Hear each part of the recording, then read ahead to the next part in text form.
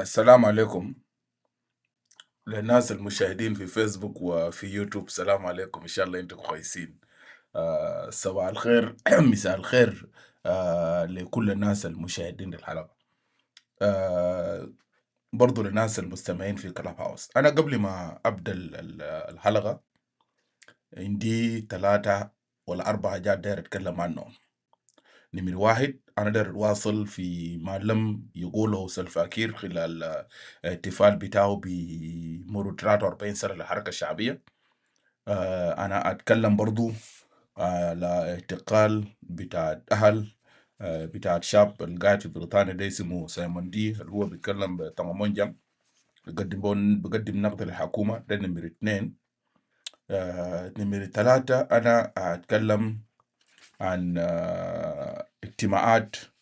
اجتماع بتاع معارضة في نمر 3 أتكلم قضية بتاعت لندن كورتس بلوك اويل ريبيمنت كونتراكتس with South Sudan pending debt repayment. حكومة بتاعت اللصوص وحكومة بتاعت الحرامية. طبعا شغلهم يدينوا قروش باسم جنوب السودان باسم الاويل، لكن when it come to payment they will fail to repay back. المهم المحكمة يوم 15 بلوك ما في اويل بتاع جنوب السودان، ما يوقعوا كونتراكت بخصوص بتاع اويل. ده كلام كويس. نمر 4 أتكلم عن المفاوضات الماشية، المشاورات. sorry, let us use the correct terminology. It is not negotiation, but it is consultation. So we use correct terminology في الحاجة دي. لكن أنا قبل ما أمشي قدام completely، أنا شايف يا كان لو أنتوا قاعد في كلاب هاوس، لأنه قبل شوية قبل انتوا لاحظوا قبل كم يوم اننا جينا اتكلمنا عن الاكستنشن. حكومه قالت هي داير تعمل تشينج لبيس اجريمنت اللي هو سياده سبريمسي بتاع اجريمنت، سياده بتاع الاتفاقيه بتاع 2018. they want to change it عشان بعد ذاك يقدروا يمشوا يعملوا حاجات اللي هم دايرينه وعملوا بو ازعاج وكده. الليله مايكل لو مشوا ورسلوا البيل ده للبرلمان، مارتن ليلو مورو عمل ستيتمنت انه حكومه ده يضرب كده. انا لانه يا كاني انا شايفه قاعد والزمن ماشي. Just is the only person I want to invite him to brief جنوبين and then نخطه تحت وبعدك we continue with الحلقه بتاعتنا كده يعني. لو هو ما طلع، لو هو قاعد يعني، لكن لو هو طلع معلش وقت بتاعه متاخر. we take it from there no problems. اوكي، هو قاعد يقول انه الشبكه بتاعه my network is very poor. تمام، ما مشكله. it's okay. Next time there's no problem my brother.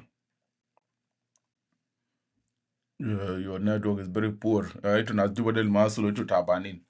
عندكم مشكله، عندكم كلكم ملاريا. انت زارك يا كان انت عندك ملاريا. So are you there or your network is very poor? يا كاني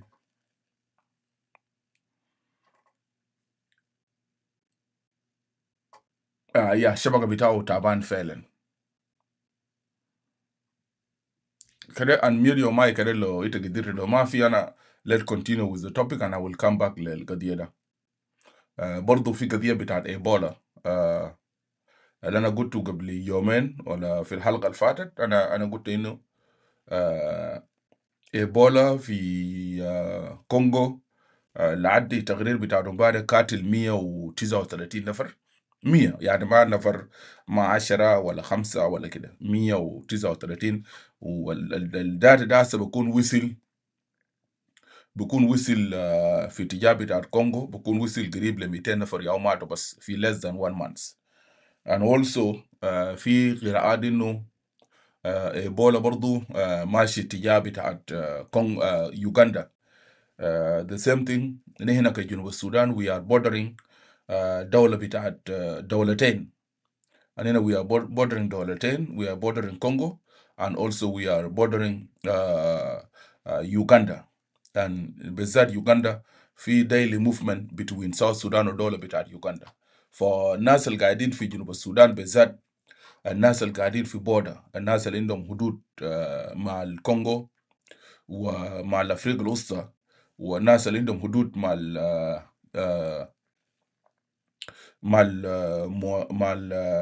يوغندا بالذات برا من نوملي. let be careful. تقريبا وزارة الصحة عملت في requirement انه you supposed to follow them. انا ان شاء الله معلش يعني انا يوم الثلاثاء انا ما اكون فاضي الا بعد الساعه 3 يعني الساعه 4 شو بتاعي يوم الثلاثاء يكون متاخر. لكن لو سمع لي ظروف انا احاول امشي اشوف دكتوره سوزي واشوف دكتور ملوى الوين ودكتور نيوي، الدكاتره الاطباء برضو دكتوره بيتي. I could reach out to them بعد ذاك نجيبهم هنا عشان برضو يقدر يدوا رساله للشعب بتاعنا في جنوب السودان what they're supposed to do الفولو. because تقريبا ما مفروض تشرب مويه ساكت، ما اعرف حاجات المفتوحه في الشوارع وكلام الكثير you supposed to get rid of them. ما تاكل اي اكل الا اكل يكون مطبوخ كده في البيت لسه سخن. ففي regulation I think so, and I don't want to talk about حاجات دي لانه المعلوماتي بسيطه في الحاجه دي صراحه. وكده.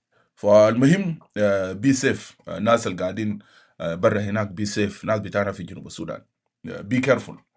خلوا بالكم و everybody should be careful لانه ايبولا ده ده حاجه ما كويس، ده مرض ما كويس.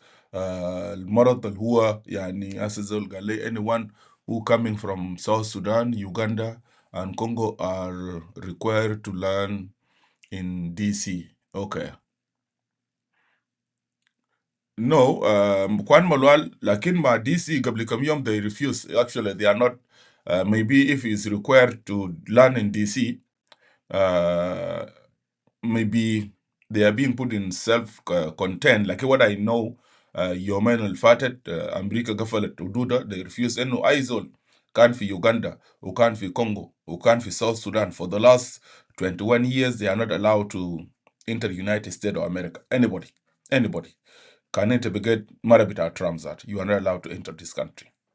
لأنه ده نفس الخطأ اللي حصل زمان في موضوع بتاع كورونا فيروس أو المكورونا فيروس. لكن إذا واشنطن مشت في اتجاه ده معناه الناس اللي already they took the flight. I don't know how they're going to be allowed because it is very strict when it comes to United States of America. لأنه الفلايت whatever you are boarding United States, if there is regulation requirement in anybody, because it will be asked unless you are going to lie, but also you have the data, and it is better not to lie because if you lie with American, I think it mess up your life. So it is better diamond بالذات ما هي حاجه عنده امريكان ده ما تكذب فوق. لو انت كنت في جنوب السودان في 21 days you will tell them and then they will direct you. وزي ما كتب قوانين اسأله انا ما عندي معلومه ده، but اذا كان البيت الابيض هنا او الحكومه الامريكيه قالت انه اي زول جاي for the last 21 years كان في 21 days كان في يوغندا في South Sudan في كونغو they are required to learn in DC، معناه في self containment حاصل هناك. كنتم في whatever you do vaccine they يعملوا observation الوضع بتاعتهم وكده for a couple of days and it's good. انت بتكون قاعد في شكل سجن but انت بتاكل وبتشرب تقرا جرايد or taken care of. يعني there's no problem with that. Maybe also they will give you some money when you finish whatever they are going to do with you في حاجة زي دي. but لكن أنا عشان نمشي قدام ونواصل في الحلقة جاس ناس بتاعنا في جنوب السودان خوفنا دايما قاعد يكون على جنوب السودان. ليه خوفنا قاعد يكون على أهلنا في جنوب السودان؟ لأنه بعد الشر على المرض بالذات اللي اسمه إيبولا ده. This is one of the dangerous disease. التاريخ بتاعه ما كويس، وتجربته في دول زي كونغو و the rest of the countries براكم شفتوا الحاجة دي. الدولة الناس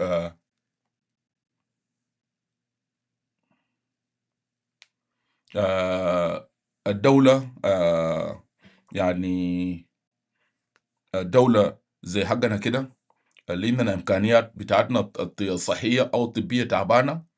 الدكاترة بتاعتنا they are not being paid. الاكويبمنت برضه بتاع تيستينج اللاب قبل فترة أمريكان رفعوا حاجاتهم لأنه قالوا حاجات ده they being used for personal gains. and I think ده المشكلة بتاعتنا هنا. المشكلة بتاعتنا الكبير وده الخوف.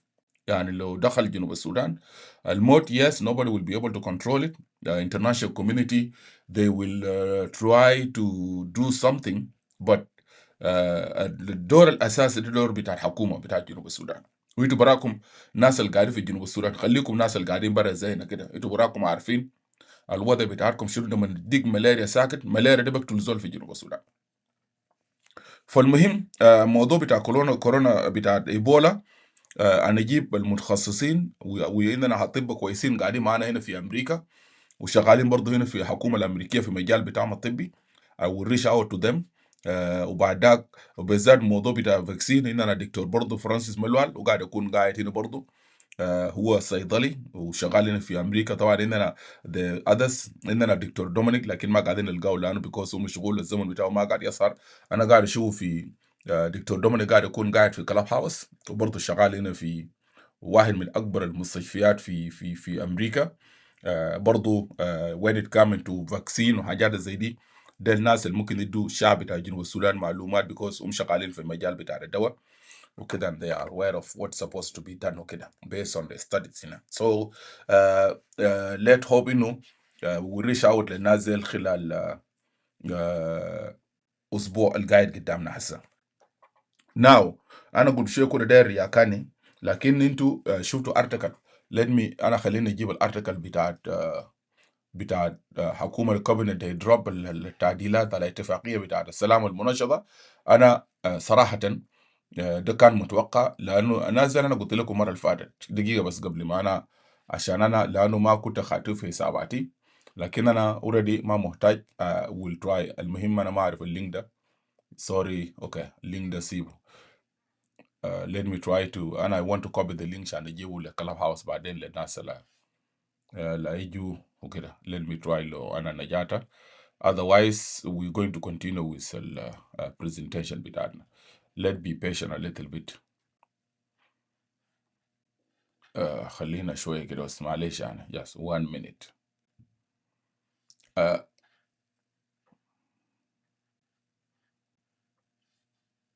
اوكي يا اللينك دي انا قاعد اخده فوق في كلاب هاوس للناس اللي قاعدين في كلاب هاوس.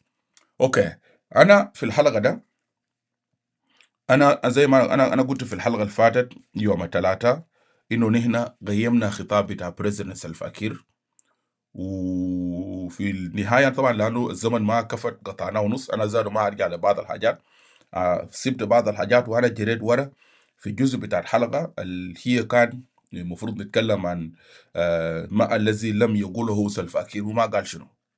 لكن زي ما انا قلت قبل شوية بالذات في خصوص التحديثات اللي they drop، الحكومة ده طبعا ما حكومة شغال باستراتيجيات.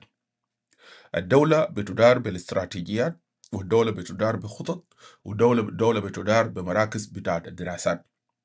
لكن النخب اللي قاعدين في جوبا أولئك النخب دي الناس ما عندهم علاقة بإدارة الدولة، ودي الناس ما عندهم برنامج للشعب بتاع جنوب السودان. دي الناس يعني بالفهم البسيط دي الناس لوتس، يعني دي الناس حرامية باللغة البسيطة. أنا أبسط لكم للشعب بتاع جنوب السودان because لو فعلا زي هسه مثلا مارتن ليه المرو تنظيمه شنو؟ هسه لو انا سالتكم مثلا مارتن ليه المرو ده هو قاعد يتكلم قبل هو زول بتاع SPLM ولا هو تنظيمه شنو؟ وهو قاعد يتكلم زي اللي شنو؟ اذا كان في تنظيم فعلا اسمه SPLM، يعني ايفن زي ما كول بول قبل يومين كان قاعد يحدد في الشعب بتاع جنوب السودان، صحيح هو يقدم شنو؟ يعني عنده شنو؟ اذا كان اليوم الاحتفال كله كده انتوا شعب بتاع جنوب السودان لا يزول الحركه الشعبيه كهزم ومكانتها، والله يزول الناس اللي مشوا يهدروا القدرين بتاع 16 ماي اللي كانوا في استاد بتاع جوبا ده. فاست اوف اول الاستاد ما عمل زار، عشان كده الناس زي كاميرا دي كيب كاميرا. لو لاحظوا كاميرات دايما موجه في المحل المنصب بتاع بريزيدنت سلفا كير والابشويه بتاع الناس اللي كانوا قاعدين فوق ديل. لكن لو رجعوا للشعب، الشعب اوريدي كان استفتاء. الاحتفال بتاعت ماي 16 ده كان استفتاء شعبي للحركه الشعبيه انك انت ما مقبول، وانه الشعب بتاع جنوب السودان رفضوا التنظيم اللي اسمه حركه القياده بتاعت سلفا كير، تنظيم بتاعت ويي، وبما فيها وانيقه طبعا بدا طبعا كالعاده SPLM حكومه بتاعنا دقونا طبعا، يعني حركه شعبيه ما عندها حاجه ممكن يقدمها كحزب يقدمها للشعب بتاع جنوب السودان، غير يجيبوا زي زول الامين العام اكول بول وشغال تهديد. والله انت لو ما داير حركه انت بنيورو، وانت لو ما داير حركه شعبيه مش تشوف لك دوله تانية.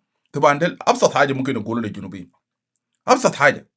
الزول اللي راسه فاضي دايما، الزول اللي راسه خاوي، الزول اللي ما عنده قدره انه يقدم للناس بيهدد بمشاكل، الزول اللي ما عنده قدره للنقاش للدايلوج تو كونفينس اذرز بيعمل شنو؟ بيشتغل تهديد، بيهدد الناس، بيرهب الناس. وده اللي عمله اكول بول. ولو انت ما داير الحركه الشعبيه ده اطلع من جنوب السودان. نطلع من جنوب السودان ليه؟ يا اخي انا ما داير حركه شعبيه، انا مواطن في جنوب السودان، جنوب ده بلدي. يقول لك اسمع انت لو ما داير حركه شعبيه اطلع. نمشي وين؟ Do I have other countries than South Sudan? No. لكن اذا انا ما داير حركه شعبيه اللي انا مطلوب انه لازم اقادر جنوب السودان. ده نوع من الشموليه، وده نوع من الدكتاتوريه. يا اخي انا ما داير اكون اس بي ال ام ما اقدر اكون ايو، ما اقدر اكون ناس، ما اقدر اكون ريال اس بي ال، ما اقدر اكون ان دي ام. يا اخي انا ما اقدر اكون قاعد مواطن جنوبي كده، وانا ما اقدر اقول لكم عديل انا ما اقدر تنظيم اسمه اس بي ال ده تنظيم فاشل، تنظيم بتاع حراميه، تنظيم بتاع ناس اوريدي ما عندهم هدف، ناس بس ربنا سلطهم على الشعب بتاع جنوب السودان وقعدهم كده بالرجال فوق جنوبين، وجنوبين في البدايه وثقوا فوقهم عندهم ثقتهم، وده خطا بتاع الشعب بتاع جنوب السودان. اتس اوكي اننا وثقنا فيهم، ده الناس سوار، لكن طلع الناس ما عندهم دين وما عندهم هدف وما عندهم موضوع.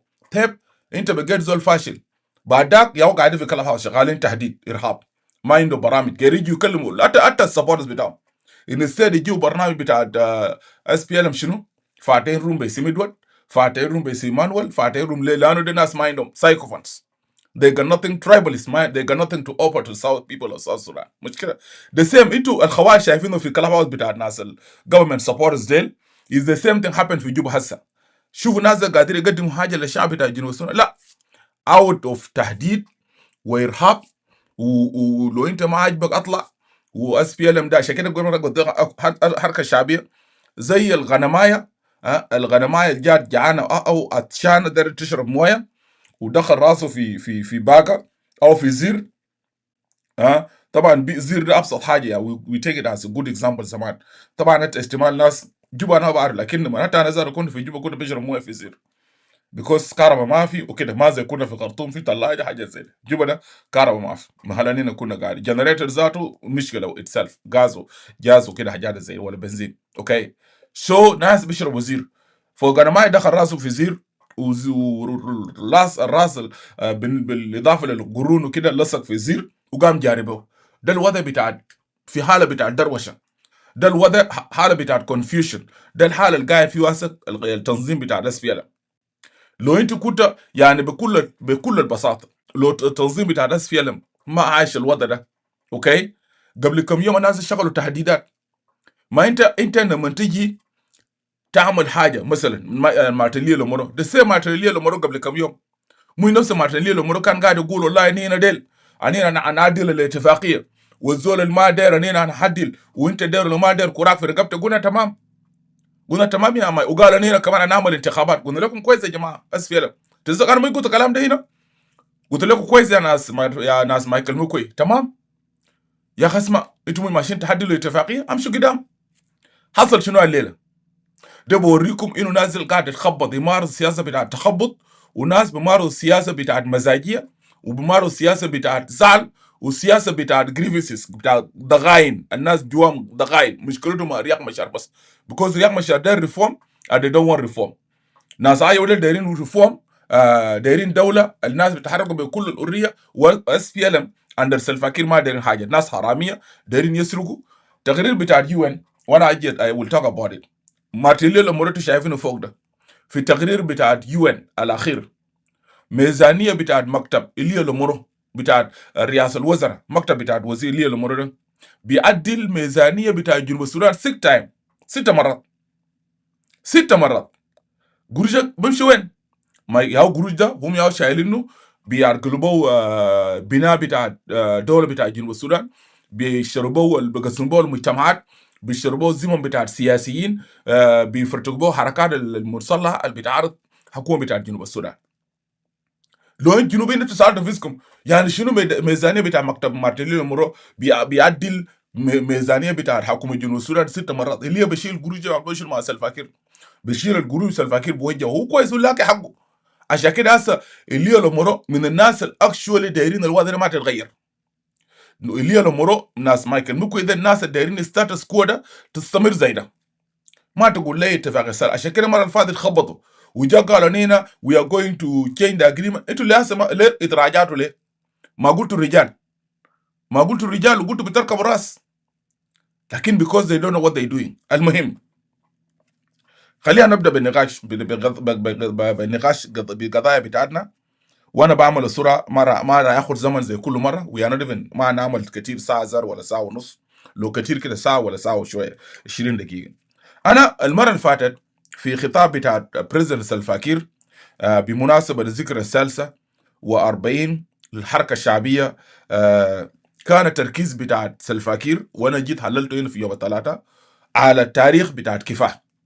سالفا كير ركز على التاريخ بتاع الكفاح، وذكريات بتاعت الحرب والرفاق التمرد. اوكي. ولاحظتوا انه جينا هنا اتكلمنا انه انا لانه في زول كان ويليام بولديد لما جاء في كلاب هاوس قال سلفاكير ادى منو قرن ده اداو وات ايفر اداو عربيه واداو 500,000 دولار. ولو انتوا لاحظتوا the next day بعد الاحتفال فعلا زول ده مش جابه وودوه للسلفه وما كان مبسوط. على في زول عمل لي رساله خاصه في وسائل بتاع التواصل، لان انا نزلت صوره وانا قلت ليه مثلا ويليام ده زعلان شديد زي ده بعد ما مشى قابل سلفاكير. الزول ده قال لي يا ادوارد الزول ده ويليام ده كان زعلان لانه حاول انه يقابل سلفاكير زي 4 مرات. الناس بتاع السكيورتي كان برفضوا له، حاول 4 مرات كان برفضوا له. ولذلك الان لما سلفا اول امبارح يوم داك ظهر وما عرف سلفا ضغط على الناس زي خلاه يمشي يقابل سلفاكير. حتى لما قابل سلفاكير ما كان مبسوط. سلفاكير اداو مفتاح بتاع لانكروزر واداو قروش. انتوا شايفين شايلينه في الخاتينه في كيس ورق ده قروش. القروش ده كمان ما سالته ما مهم، لكن ده وات اي نو ده قروش. طيب لو انتوا لاحظتوا من كل المناضلين بتاعتنا في جنوب السودان الزول الوحيد بس الزول الوحيد سلفاكير مهتم به ده الزول اللي اسمه ويليام جرن ده. ليه؟ لانه قالوا سلفاكير لما كان طالع من ملكال الزول ده كان شايل الشنطه بتاع سلفاكير. اهتمام ده كله يا جماعه الزول ده بس لما طالع من ملكال مع سلفا لادي ما وصلوا محل انهم ماشيين فوقه ويليام ده وكان ده الزول اللي شايل حامل الشنطه بتاعت سلفا. طيب لو سالنا سؤال ماذا عن الرفاق الاخرين؟ ماذا عن المناضلين؟ ماذا عن الجندي المشى غابه في 83 وكراوي انقطع وقاعد هسه في جوبا؟ هلا يلقى عربيه زي ما عدوا ويليام ده عربيه ولا حكومه بتاع الجنوب حكومه سلفاكير ايدي الزول ده شنو؟ اوكي. ماذا عن الجندي القطع يدينه الاثنين اليدين الاثنين اللي كان قطعهم؟ ليه؟ زول يعني هسه مسير الزول ده شنو؟ اوكي. ماذا ما هو المسير بتاع الجندي بتاع الجيش الشعبي مشى غابه وقطع 2 ارجل دول كلهم. هسه في ناس يوم ده كانوا بيكون ماشيين بس شايلين الكلنشات ده وماشي بو. زول ده مسيره شنو؟ بالنسبه لسلفاكير لو سالنا سلفاكير مسير الزول ده شنو؟ اوكي. الناس دول يعملوا نفس المعامله ولا خلاص it is over because الزول انت مشيت الحرب وحاربت من اجل الشعب بتاع جنوب السودان وكورنا قد قطع ويدينا قد قطع وفي ناس شايلين طلق في جسمهم زي بعض الاخوانين اسف في امريكا هنا برضو كانوا في الحرب شايلين طلق في جسمهم. اوكي. طيب هل الناس دي مسيرهم شنو؟ لانه ما شالوا بس لانه مشكلتهم انه ما لقوا فرصه لما سلفاكير طالع عشان يشيلوا الشنطه بتاع سلفاكير. وسلفاكير كرئيس بتاع الدوله يجي كل مره للزول واحد بس والله يا ويليام انا ما بنساك يا ويليام والله يا ويليام انا ما بنساك كل مره انا هنا بنحتفل هنا ما نلقى نفيسنا الا في الدائره بتاع ويليام انا ما بنساك يا ويليام. وكده كوران كده وهمه كده للجنوبين عشان الجنوبين يقول والله سلفاكير زول حنين. لا لا الهنيه بتاع سلفاكير ما بيجينا في الحاله زي دي. الهنيه بتاع السلفاكير الحقيقي انك انت تعدل الوضع تقدم برنامج. القيادات بتاعت الحركه الشعبيه كلهم وكل المناضلين خليك من الاحياء. في مناضلين ماتوا في الغابه ما جو وصرهم متشردين الليله اطفالهم في الشوارع اطفالهم قاعدين في المحلات مراكز بتاعت الايتام. الناس زي ديل برنامج اللي انت ممكن تقدمه لهم كدوله شنو؟ عندك قروش عندنا عائدات بتاع بترول لكن بالنسبه للسلفاكير لا قروش ماشي للسلفا وماشي للاسره بتاع السلفاكير. اوكي. وكده nobody يعني ما في زول تاني في ده كله. وزول لما تيجي تذكر والله كل سنه ويليام جرن منو جرن ويليام والمنو ده كل سنه لما سلفاكير لانه ما عنده وقت سلفاكير ما عنده له وقت لما نتذكروا قدام الجنوبين بعدها يقول له تعال يديوها بالقروش. هل ده طريقه اللي بديروا بها الدوله؟ هل ده الطريقه اللي انت بتبني بها العلاقه بينك انت كالرئيس بتاع الدوله والرفاق والشعب بتاعك؟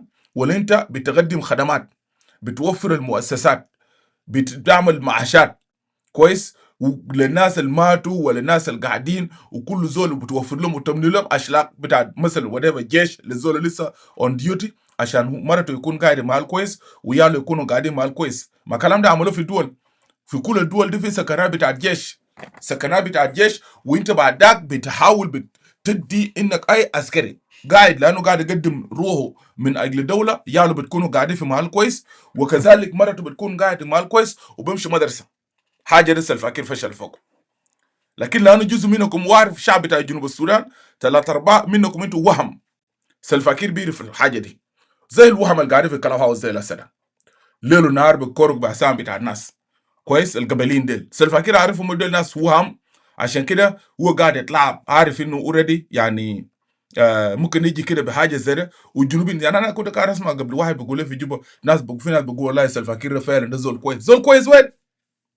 قال والله ده زول كويس وعنده هنيه. ليه؟ لانه بس عشان قال يا اخي ويليام جرن ولا منو ده وين، وانت طلعت معي وانا ما بنساك يا جرن ما بنساك ما بنساك.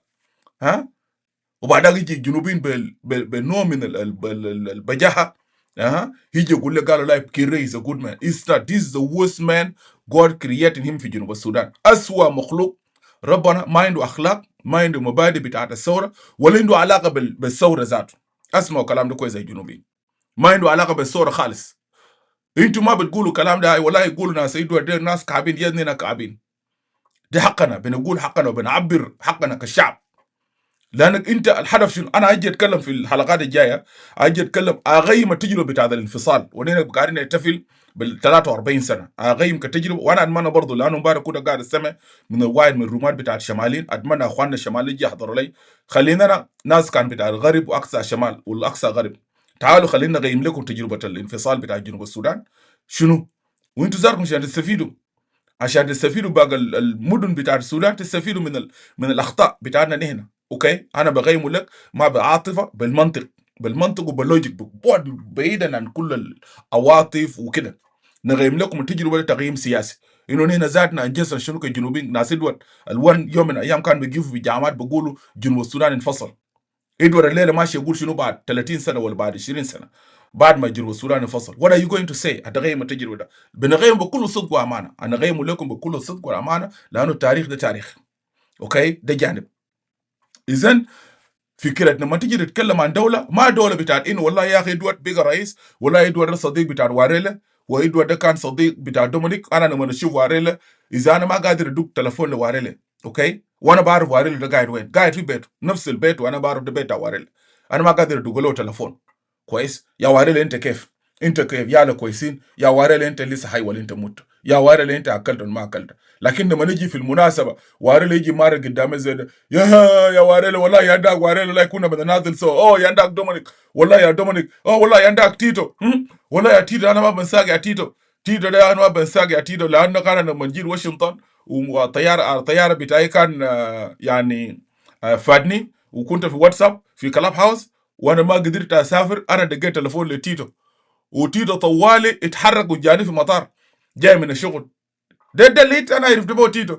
تيتو طوالي ركب عربيته جاني مطار، شالني في مطار، وانا مشيت نونت مع تيتو في البيت وضيفني وكده. والله يا تيتو انا ما بنساك والله. يا اخي انت ما بتنسى تيتو؟ انت طيب انت تنسى تيتو ما تنسى تيتو؟ ده كلام تيجي تقوله قدام جنوبي؟ جو اند لوك فور تيتو وين؟ انت لو تيتو فعلا انت بتفتكر انه يا ادوارد لما المطار ده طياره قطعك وتيتو جاء شالك في المطار في واشنطن وجاك وداك بيته وكده، وانت نونت في البيت وكده، ما خلاص اعمل لك حاجه كويس، جو امشي. انت لو بتعرف اركب نفس العربيه طيارتي ركبت انزل وامشي، ما تدق لتيتو فاجئه في الباب بيته قول لي يا تيتو انا جيتك دق الباب. لكن ده كله شغل بتاعت كذب، شغل بتاعت استهبال، وشعب بتاع جنوب السودان المسكين يجي يقول له والله this man is a great man. ده نقطة، ده جانب. ناو خلينا نواصل. إذن اللافت في خطاب بتاع سلفا كير زي ما أنا قلت، ما لم يكن فقط ما لم يغال، ده الحاجة المهم، مش معقيلة أننا الليلة في حلقة ده بدنا نركز مش السلفا قال شنو، لا، بكل البساطة هي كلها 10 نقاط بس. سلفا كير ما قال شنو.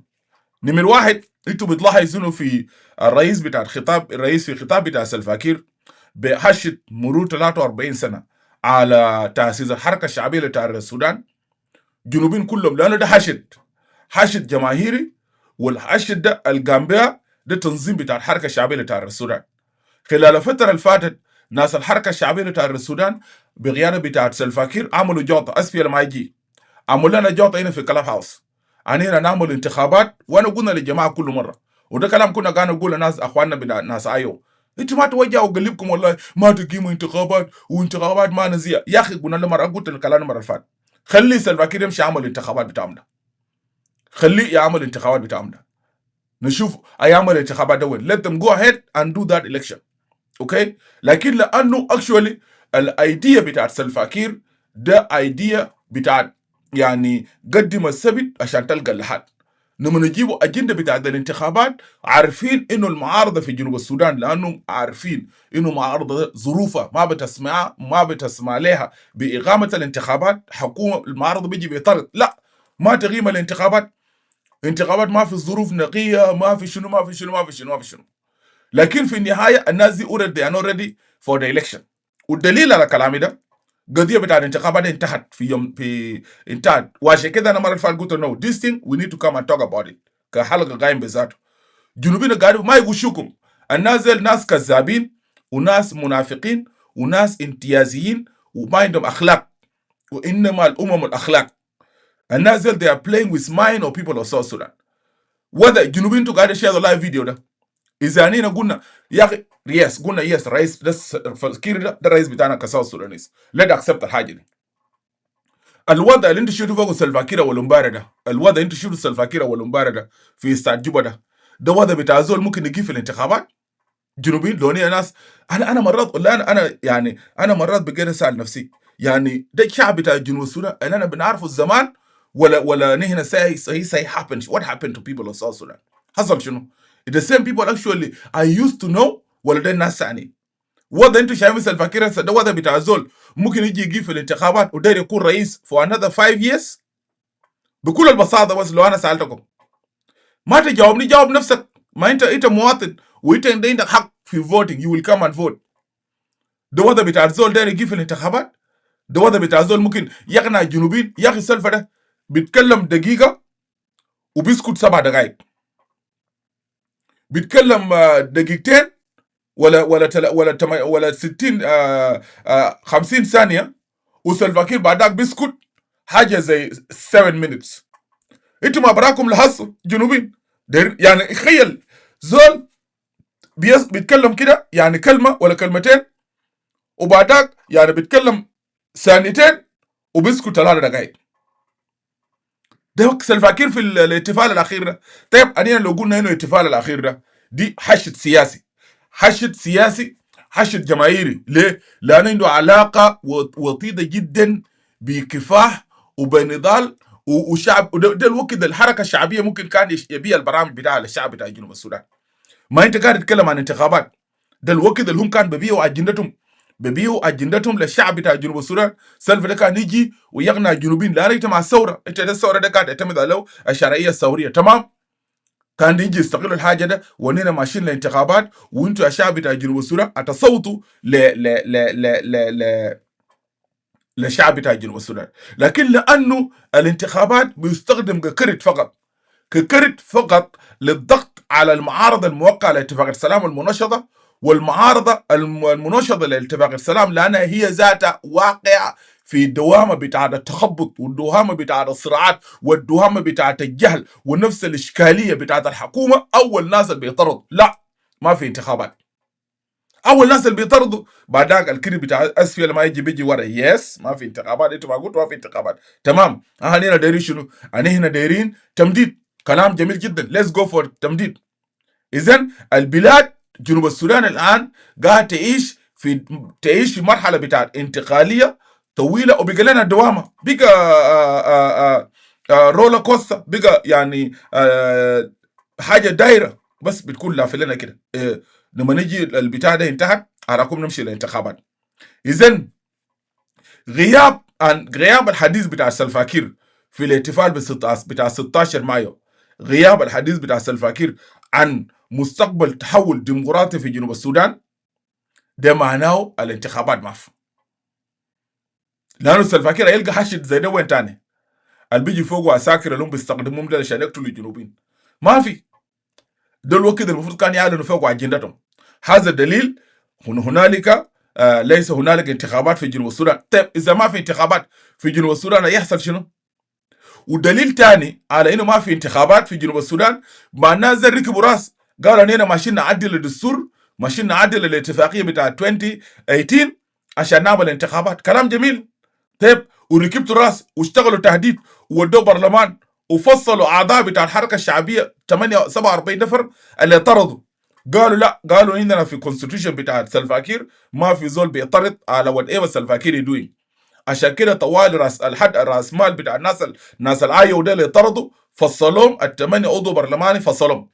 كان بيعبروا عن حقهم كاعضاء بتاع برلمان مش فصلهم. طيب هسه يا مارتينيو الامور يا مايكل مكوي يا سلفا كير انتوا هتعملوا شنو ناس العايو؟ هترجعون برلمان ولا تعملوا شنو؟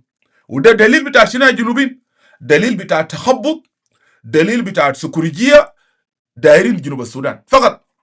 البلد دي واقعه في يد بتاع الناس سكرانين.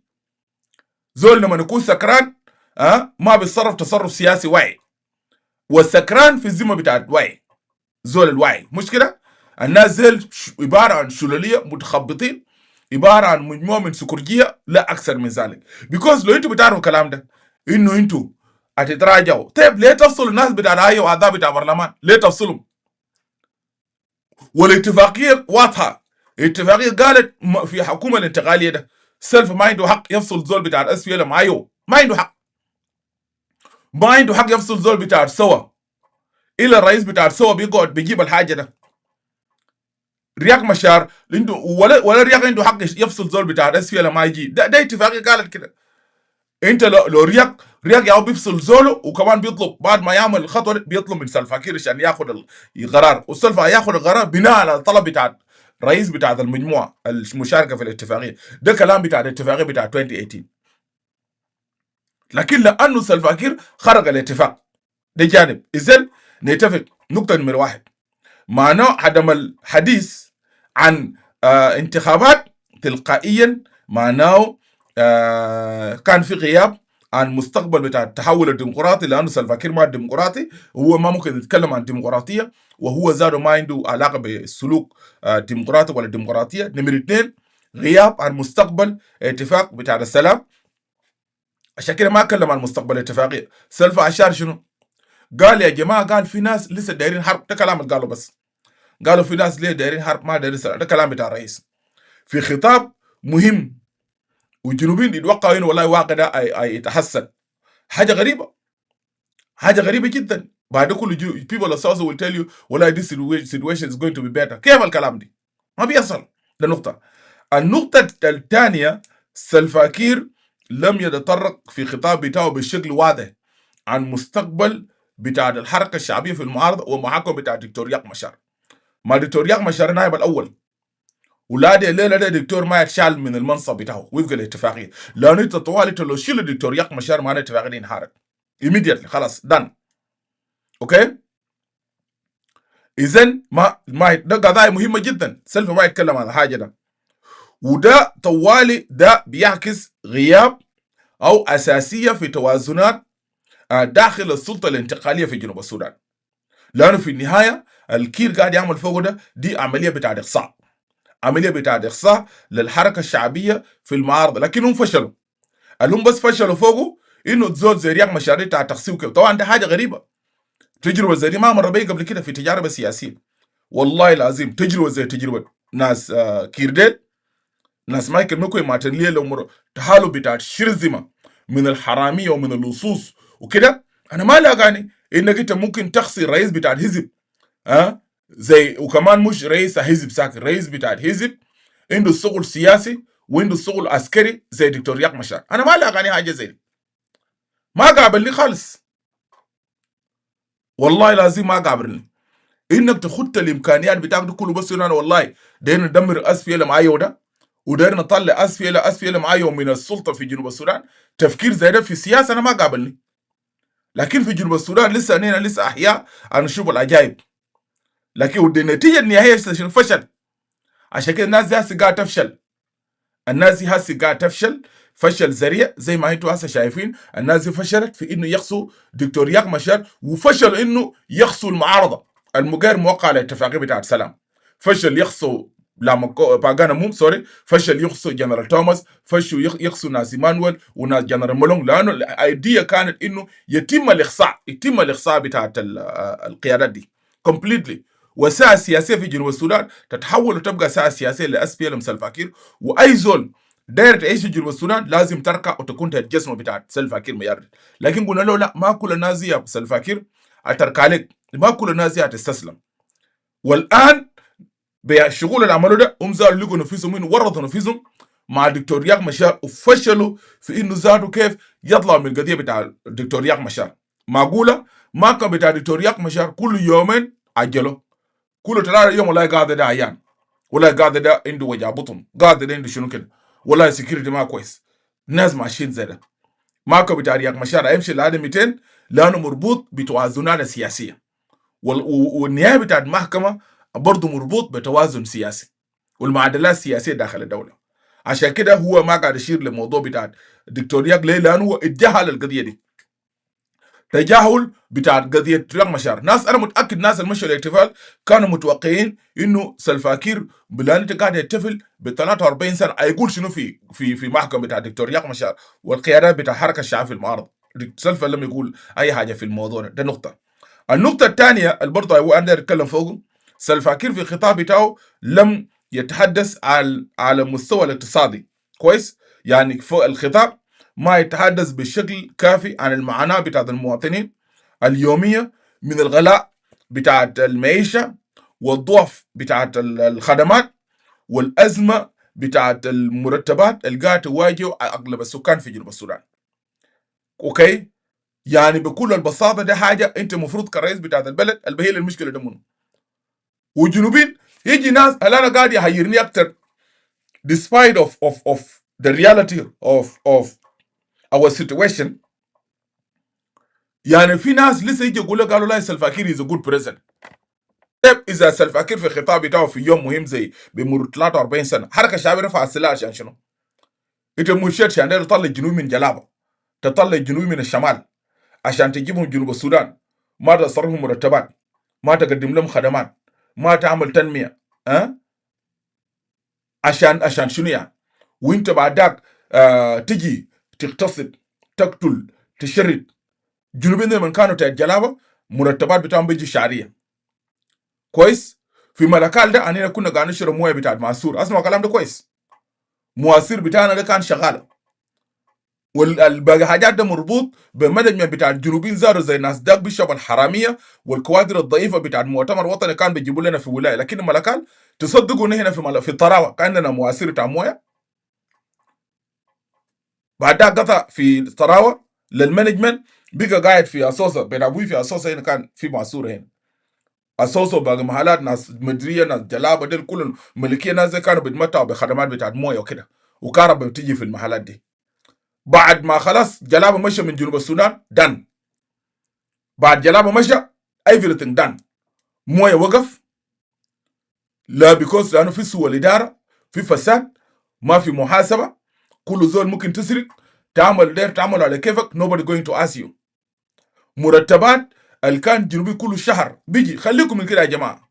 let me tell you something للناس اللي كانوا شغالين اساتذه.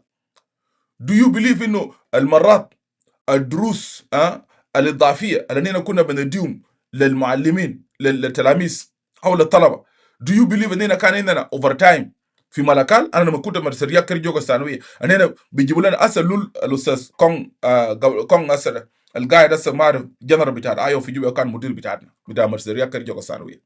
بعدك انفصلنا ومشينا، انا ودوني مرسى فانجاك الثانويه، وبعدك دو كده انا مشيت فوق فانجاك مالتا قبل تانين ده. اوكي، مدير نيان استاذ مدير نيان الله يرحمه مات قبل فتره. Do you believe الانسنتيف ده بتاع كمعلم كانت جيت عملت دروس اضافيه كان بدون القروش ده؟ Can you believe that؟ وبعدين انا اللي كنا لسه تحت السودان. انا مثلا لما كنت بدرس في مرسى تجاريه، مرسى تجاريه الثانويه، طبعا هي مختلطه بنات وبنين وكده، انا كنت متطوع بدرس رياضيات فوق. كويس كمتطوع بعد القروشي بديني له وزاره التربيه والتعليم. the same thing لما انا برضه كنت بدرس كمدارس مدرسه لوانجا برضه كنت بدرس سنه اولى فيزياء. so for today حاجه ده كله ما في. المعلم الليله في جنوب السودان ما عنده مرتب خالص. يعني معلم زارك خليك من انك الاكسترا ماني ده المدير بتاع مدرسه عنده حقيقه اذا في نقص في المعلمين بيعمل ميزانيه وبيجيب معلمين من برا زينا كده كل الناس اللي بنمشي وندرس معلات كثيره دي وبناخد حقنا. وده كان الحاجه الوحيده نفع المعلم. انا بعرف واو ملك جوبا وكده لكن انا ملكال يمكن كان وقت ده احسن زول في ملكال ده استاذ. احسن زول ده استاذ اللي هو بيدرس اوفر تايم في محلات كثيره. هنا كان وضعنا احسن لانه بيجيك كل شهر عندك قروش بتاعت المرتب بتاعك عندك اوفر تايم مرسده you will end up collecting your money. ارجع الناس كانوا ملكات اساسا كنا we are the best. today استاذ ملكات استاذ الليله تاع الاداره بتاع سلفاكير تاع الجزمه بقى ما عنده فقط مكانته وكرامته. ده المعلم الليله في احد بتاع سلفاكير مشكله. اذا انت كرئيس في اليوم زي ما تجي وما تخاطب القضيه بتاع المرتبات. الناس دي عندها 4 سنه ولا كم يا ناس لما نيجي يقول لك بابليك سيرفيس السنه ده بس عنده 11 شهر. 2026 ده ما صرفه. السنه اللي فاتت ما صارفين شهر واحد. انا سميت كلامه في السنه بتاع زيك اللول صارفين شهر واحد بس. وتيجي في الاحتفال مهم ما تذكر الحاجه ده للشعب بتاع جنوب السودان تقول للجنوبيين انه تعال اوكي موضوع مرتبات ده انت عالجت كده يا بريزيدنت كير. طبعا nobody going to ask سلفا كير. ما في زول. اكول بول ده another زول انتهازي زول جامان بتاع السلطه زول سايكوفان. he want to show himself to President Salva Kiir انه he's a good boy. عشان كده لازم يهدد الجنوبيين. لازم اقول لكم اسمع اي زول فيكم انتوا ده انت ما داير حركه شعبيه انت بنيورو وانت ما داير الحركه الشعبيه اطلع شوف لك دوله ثانيه. وانظل ارجوسه ثاني واني قاعد بس جاي في الاحتفال. اي هاف ذا فيديو هنا. انا عندي فيديو هنا جارث وقاعد يرقص قاعد يغني سلفا كير سلفا كير حكومه بتاعنا كده. ده وانيقه طبعا اس بي ال ام سوري اس بي ال ام حكومه بتاعنا. يا اخي اس بي ال ام حكومه بتاع منو؟ اس بي ال ام ده حكومه بتاعك انت وانيقه انت وانيقه واكول بول وباقي السايكوفان التانيين اللي ما عندهم هدف اللي ما عندكم موضوع. لكن اسعى الشعب بتاع جنوب السودان يا ده كده بس يفاي ميبي يب يا Akoma vitana SPLM. Akoma vitana SPLM. SPLM akoma vitana. SPLM akoma vitana. Akoma vitana SPLM. Akoma vitana SPLM. SPLM akoma vitana. دي هو حالتنا زي البلع. شعب بتاع جنوب السودان كله قاعد يرقص عشان انا بس الليله ما عندي وقت. وحلقات جايه بيكوز انا جاي لما نجي اتكلم عن تغيير تجربه الحركه الشعبيه. انا اجيب لكم اجيب الفيديو ده فوق هنا. اجيب الفيديو ده هنا في اجنه. اجيب الفيديو ده هنا فوق هنا ده في عشان تشوفوا كلهم في الستيج فوق قاعد يرقصوا. اس بي ال ام حكومه بتاعنا. اس بي ال ام حكومه فاشل للشعب بتاع جنوب السودان.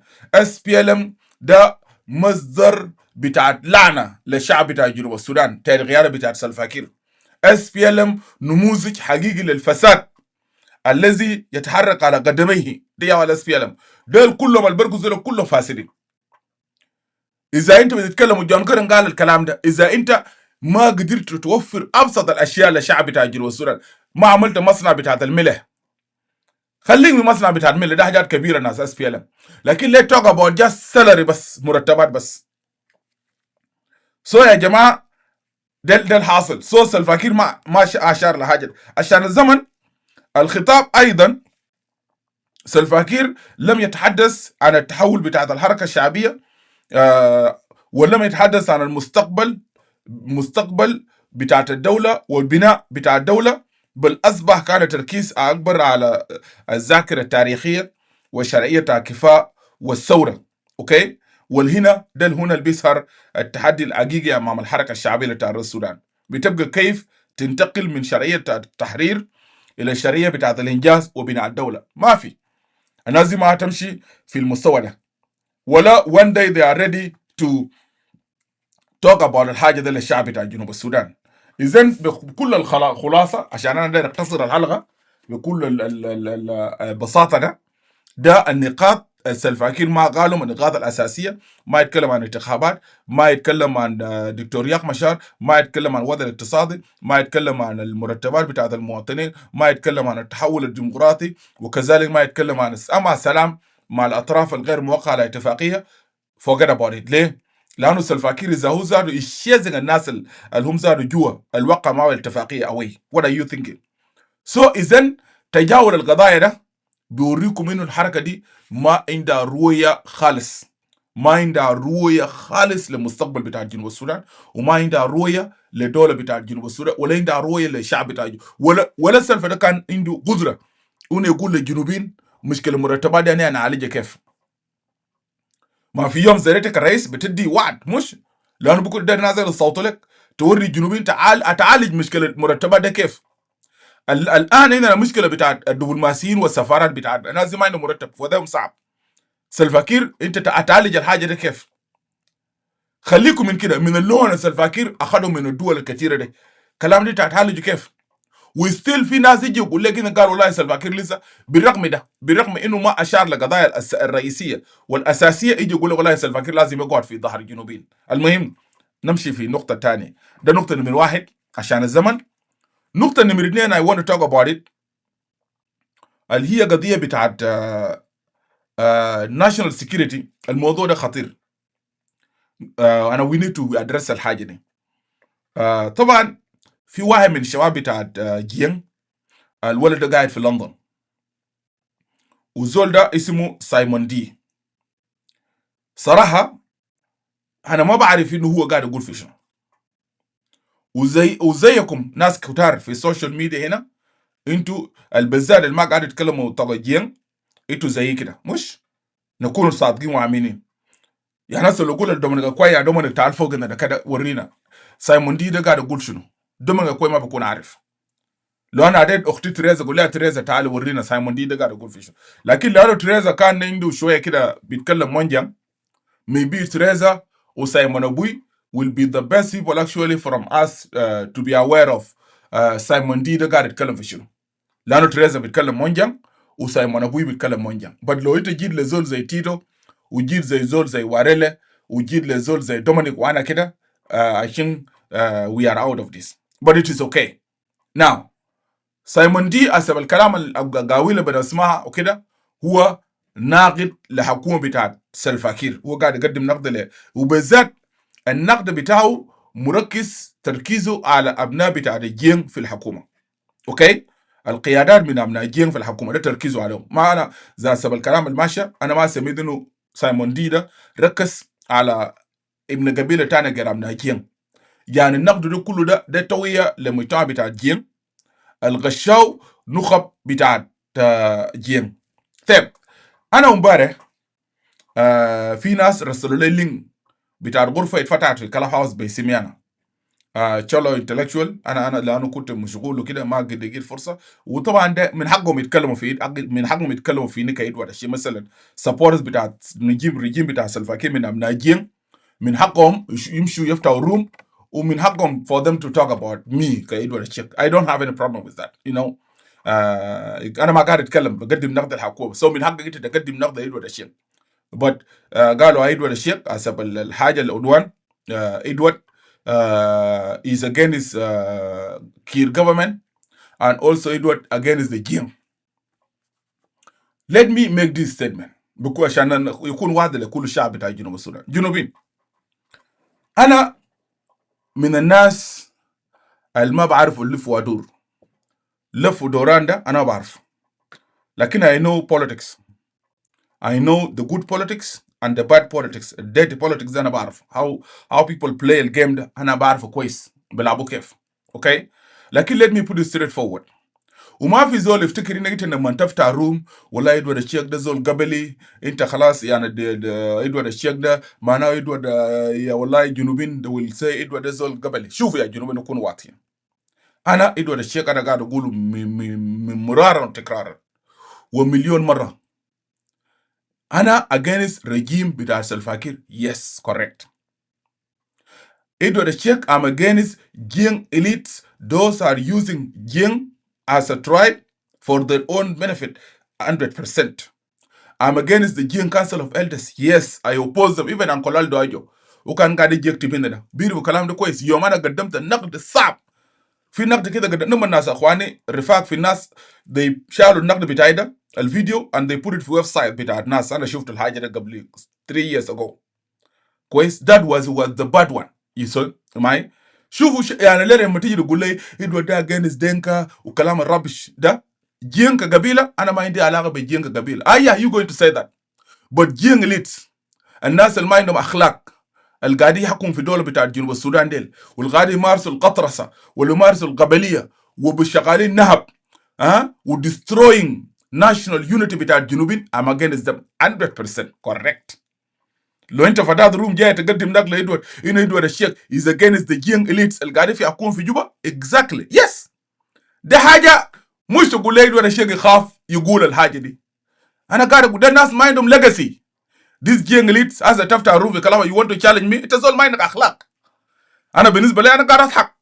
جنوبي مش بيستمعوا لك. انا ادوارد الشيخ ده والله قاعد تشولو intellectual. yes انا ما قاعد اتكلم. انا قاعد امثل تشولو لكن انا كيمني تشولو I'm proud because في history بتاع تشولو as a kingdom ما في شلكاوي مارسل كير بيعملوا ما في. ارجعوا للhistory بتاع ملوك بتاع تشولو.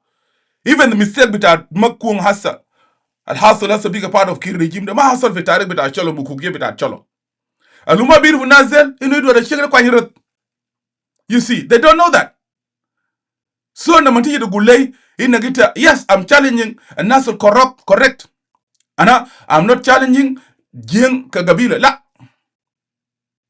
انا ما against قبيله because جين كقبيله انا عندي معه blood. انا قاعد اقول الحاجه ده you know and I don't want anybody and I don't want to defend myself even if I'm being accused in it with against جين. انا اقول لك لا I will not be against the جين because جين as a tribe. no how come I against قبيله بتاع دينكا ولا قبيله بتاع نوير. انا ما قاعد اقدم نقد وانا قلت له قبل كده لو نينا جينا ونتكلم انه who they destroy South Sudan is جين elite ونوير elite. انا قاعد اقول لكم these two elites القاعد يدمروا جنوب السودان ده elite بتاع دينكا ولا elite بتاع نوير.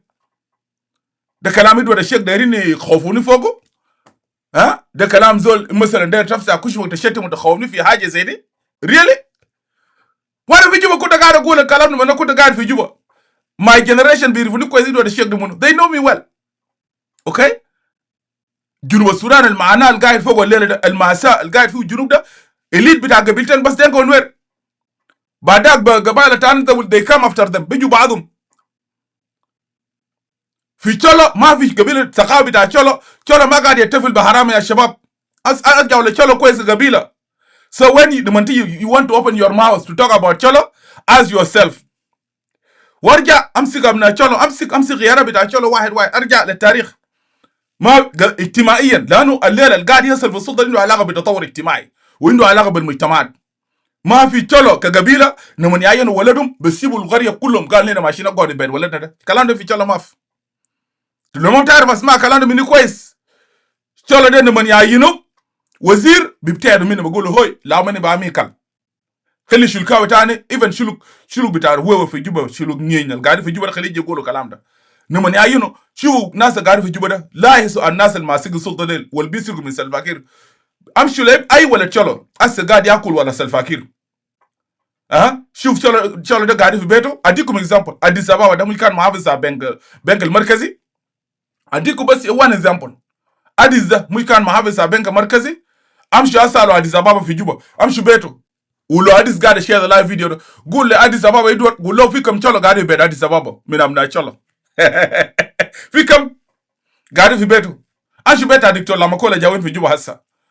شوف بيت دكتور لاماكولا ده تشولو كله جو من المخيمات وقاعدين بيت على لاماكولا لانه ده حاجه ثقافه اجتماعي عنده علاقه بتراس بتاعت الثقافه عند قبيله بتاعت تشولو. gabila ta chola ma be tafil baharami kuda bukun maaru chola bagula gal gola ngade ba ku wa ngade ba ku shufta na mani chola de usfugda you done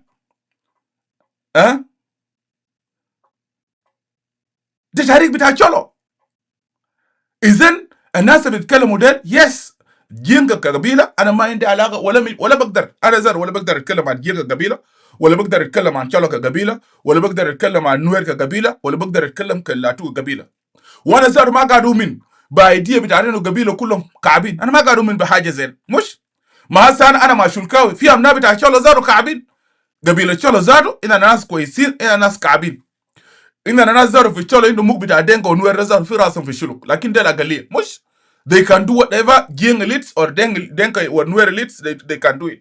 Even Gabail like Baria or for Juludel. Fi Kabin don't have direct anazi. Ashikana gada guloko no manti tekallam and Gabail fi Junuba Sudan arja wala tarikh. مرات ناس اللي بيقولوا قالوا لاي باري ناس جبانين ولا قبائل تاع سكواتوريا ما قاعد يشاغلوا because you don't know what you're talking about. انا زول زي انا شخصيا كايدوارد انا ما قاعد اشيل كلامك because انت قاعد تقول في شنو you don't know. You don't know what you're talking about. They were the worst of the worst of tribe in Sudan. Del kanu gabail كعبين هذيك كده. ناس لاتوكا وباريا ومارا del كلهم del gabail كعبين مرة واحد. كعبين مرة واحد because you guys don't know that. A little because of civilization وتطور كده القبائل ده هسه بيجا شويه كده يعني already people they become peaceful ويطوروا ويقول لك عشان كده بقول لك ده الناس جبره. So انا داير اقول للناس بتاع جين الاليتس اللي قاعدين في كلاب هاوس yes I'm against جين اليتس الماسكين سلطه في جنوب السودان الناس القبليين والخاربين جنوب السودان الحراميه كل يوم بيدمروا الايرادات بتاع جنوب السودان مشوا بنوا بيوت في يوغندا وفي كينيا ودمروا دوله بتاع جنوب السودان انا ضدهم. اسمع كلام ده كويس يا مديد مجاك القبلي ده لانك تزول actually you are useless idiots useful idiots انت زول useful idiots وانت زول قبلي ما ترتقي لممارسه السياسه والله العظيم زول ده شارع سايل كتب لي اول امبارح قال لي ادوار قدم نقد للزول قلت له والله انا زول ده ادوار الشيخ لو يوم انا قررت بس نمسك افراد زول ده والله بيبكي بدموع انا لو قدمت له نقد والله بيبكي بدموع الناس دي يا لو قالت لك انا بس والله بيبكي بدموع. How can you talk to me انت بتدعم ناس حراميه ناس ما عندهم اخلاق ومبادئ يا اخي ها even ناس الجين اللي انت قاعد تتكلم فوق ده they are enslaving جين ذاته جين عبيد بالنسبه لهم هم ذاته you want to talk to me انت هتقول معي شنو يعني مثلا ده شنو داير تناقشوا معي يعني شنو يعني مثلا so الايديا بتاعت انه والله يدور الشيخ against جين no انا ما عندي علاقه بالجين كقبيله. في دنكاوي innocent ما عنده علاقه قاعد يصل في جوبا ده اي دنكاوي مستفيد من القبليه قاعد يمارسوا في جوبا ده والفوضى انا ضدك يا اخوي هوي take it اسمع this live video on Facebook YouTube and Clubhouse straight forward اسمع الكلام ده كويس. تناس قبليين ما عندهم اخلاق ما عندكم مبادئ زي ما ذكر لكم بيوم وبتدمروا في جنوب السودان هتدمروا دنكا معاكم وهتدمروا جنوب السودان معاكم. اسمع الكلام ده كويس مش والله هيدوا الشيخ ده زول قبلي يعني شنو يعني انت قال والله اني خوفنا يدور الشيخ يعني هسه لما تفتح روم تقول يدور الشيخ ده قبلي يعني هسه خلاص يعني يدور ده خاف ها يعني هسه مثلا يقول يدور الشيخ ده زول قبلي وقال شول انتلكشوال ده شول انتلكشوال انت ما بتعتقد تتكلم عن شول انتلكشوال ماي فريند the real intellectual اللي بتلقاهم في شول يا اخوي هوي والجنوب ده كده ادول شلكاو بس عشان you guys can see it. انا I will challenge anybody this young elite I will challenge them when لونينا ماشي يبقى على قبائل I will challenge جين اللي قلت له انتوا ده لسه تجربكم ده 20 سنه فساد خراب قتل اغتصاب نهب ما عندكم النسيج الاجتماعي للمجتمع بتاع جنوب السودان دمرتوه. اوكي let's give it to the Cholom, let's give it to Manuel Jawin, let's give it to Pagan, give it to me Kaido the Sheikh, give it to ya, give it to Joseph Kurel guide for Clubhouse, give it to Olaniel guide for Clubhouse, give it to Susie Andrew guide for Clubhouse, and then you guys can see. Give us 3 years, bas. Give us 3 years. Forget about the Shirin Sana, Kharab, Serga, Nahab, Kalam Shunu. Give it to us. 3 years, bas. I will challenge anybody. Guide share live video. Muja se guide Kelaman Gabai. Let's challenge ourselves. My this young lead now, my you don't have face to talk to people in South Sudan about whatever. Mind you, hack it a way that you mean when انت زول حرامي، زول فاشل، زول فاسد، زول مغتصب، قاعد تقلع الوطن بتاع الناس، بتقتل، بتشرد. You want to talk to me about what? You lending money from different places without doing anything. قريجة يخش بطنك تبنوا بطنكم تزوجوا نساوين كتار. What are you doing? Nothing. Nothing. Give it to us.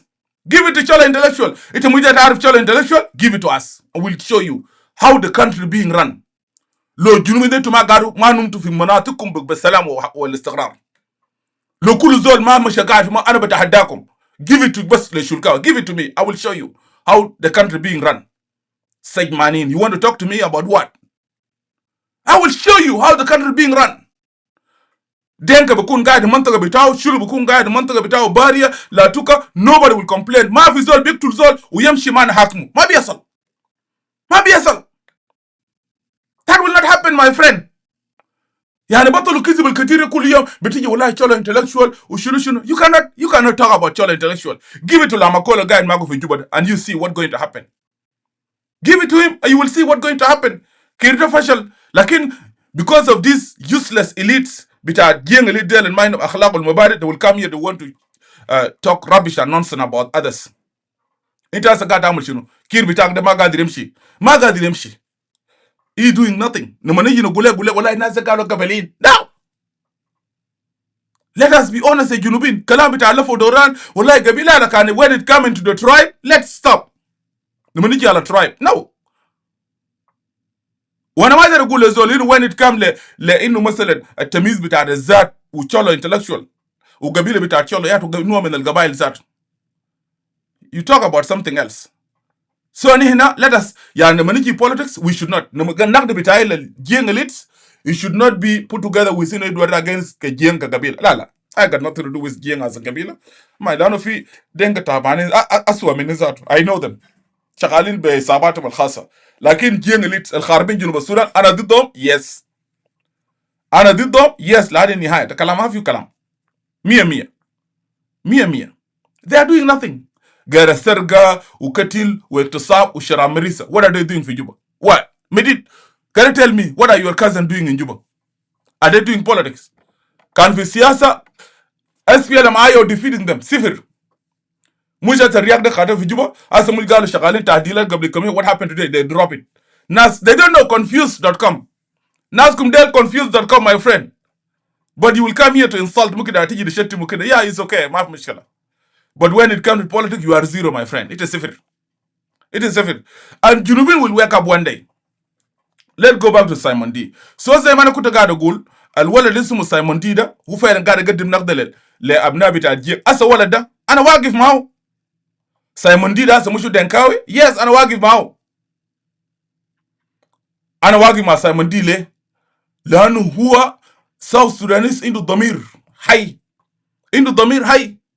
عشان كده هو هسه قاعد يقدم نقد وقاعد يتكلم وقصدين يتكلم بمونجم. ليه؟ لانه جين they are the one being used by جين اللي قاعدين في جوبا. ده كلام قالوا دنج دي يوك في 2019. دنج دي يوك لما جاء اول لايف فيديو بتاعه في يوتيوب وكان مصر وقت ده اتكلم دنج دي يوك قال الكلام في فيديو. قال الجين انتلكشوال في جوبا بمشوا للدنجة في بلد بقول لهم حكومة ده حكومتكم انتوا. انا اتى رغم ده انا كايدوات انا ما قاعد الوم جين كقبيله. نو انا قاعد الوم جين اللي عندهم باور عندهم هايتين باور اند ماني كويس. بيمشوا they recruit يال بتاع جين بالرجاله which is okay because يعني ما بإرادتهم. It's not because of their will and their consent حاجه زي no. Now so لما نجي سايمون دي وبركز على الناس الحراميه في وسط بتاع جين طبعا بالنسبه لهم قاعد يشكل خطوره. ليه تعرفين سايمون دي قاعد يشكل خطوره ليه بالنسبه للناس زي ليه؟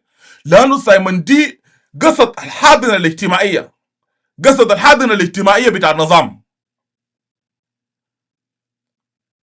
دي خطوره بتاع سايمون دي. لو سايمون دي كان هسه بيتكلم مع جون كوري قاعد يتكلم مش جون كوري ما كان قاعد يقدم نقد. لكن قول الليله لو جون كوري ده مثلا خلى كلام بالعربي ده وجون كوري ركز بس زي ما مرات بيعمل لايف فيديو لجين وركز على جين جون كور هيشكل خطوره للنظام. ليه؟ لانه النظام بتعتمد على حاضنه الاجتماعيه بتاع دينكا. دايرين to keep support bita jing lanu yal be amallom recruitment del yal bita jing, because jing al basit they already being convinced this government is your government and they have to defend that government. Maral fat abaniko chairman of jing nam tok yaw guide fi room in fi clubhouse yom al amal room da muy gadi shatimu gala abaniko rezol magnun uzol sakran utalaw election lana abaniko start targeting al hadin al ijtimaiya كويس. abaniko targeting hadin al ijtimaiya bita jing abaniko gasat yal bita jing al being community bita jing al being used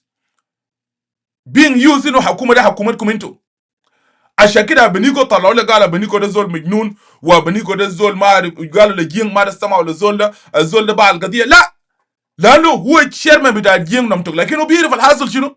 انه دينكا as a tribe being used by Jing elite في جوبا is not for the benefit بتاع الجين. even Jing today ابناء بتاع الجين بيستخدموا يجوا يقولوا ده حكومتكم انتوا you have to defend this government. what is this government doing to the Jing القاعد في بلد؟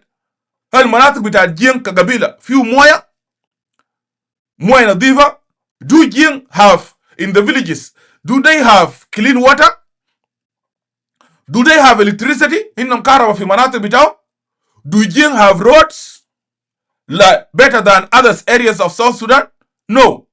are the areas of the Jing being connected to the other areas of the other people? It's not like to themselves. Forget about connecting it to the other state. Is that happening? No. So no, what is special about Jing here? What is special? What is being special is that they are being recruited, they are being told this government is your government and you have to defend it. Despite you are benefiting from it or not, it is your government. ده الكلام بقوله ابناء بتاع الجين وبقول لهم بشير بقول لهم بتاع مونجان بقول لهم باللغه بتاع دينكا ده هو الفرق هنا ده بقول لهم بمونجان عشان كده today some Jing they will feel no it is our government we have to defend it. عشان كده ابناء بتاع الجين they find their way to the government today. they are speaking Monjang, they are misbehaving in the institution. Why? Because they have been told this is your government. Itu قايلين الحاصل في السفارات دي في مصر في كينيا كان يمدان في السودان في وين امنا جين في majority they speak جين. Itu قايلين جاي from nothing? No. Because قالوا ده حكومتكم انتو and you have to defend it. So somebody have been told and that's why they don't respect other South Sudanese. This is the reality بتاعتنا الجنوبين.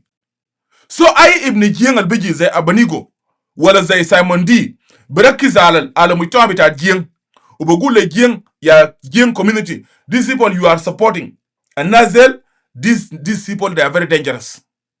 These people they are thieves. These people are using you. عشان كده بالنسبة لهم now it become very bad. So what happened? يوم الاثنين يوم 18 يوم 18 الناس دي مشوا national security مشت واعتقلوا اخوان بتاع فاميلي بتاع سايمون دي في لندن. اعتقلوا واحد اسمه نيول ايات اديم واعتقلوا زول تاني اسمه بول اكوك واعتقلوا زول تاني اسمه اكوك يويل اكوك. الزول ده عمره 58 سنه وهو شيف بتاع كوميونتي. هو شيف بتاع كوميونتي. I don't know كوميونتي بتاعتهم هناك. ليه؟ why they were being arrested. اعتقلهم لانه they were being accused انهم they are having a connection with Simon D. Tap. Simon D, yeah, عندهم connection correct. ما Simon D ده عنده family مش عنده roots بتاعه. يعني مثلا these 3 people they talking to him as a brother, it is okay. What's wrong with it? انت ليه داير تعتقل؟ يعني قول جريمه ده ارتكبوا سايمون دي. انت ليه ما تعتقل اخوانه ديل؟ قال because they are in connection with him. Okay? عشان كده نازل اعتقلناهم. انا قلت لهم قبل كم سنه وده حاجه لازم ابناء بتاع الجين اللي لسه قاعد يستخدموهم. you guys ما تقولوا we don't know ك other South Sudanese what going on. I know انه حاجات كتير بتقولوا مونجان ما معنينا we know we are all together. okay. انا كلام قلته قبل كم سنه لما اكون كور لسه قاعد رئيس. انا كلام قلته في لايف هنا فيسبوك. قلت لكم يا جماعه مشكله بتاعنا في جنوب السودان abna jing katiri ma gadit kalamule because jing community they being target اوريكم كيف jing community being target.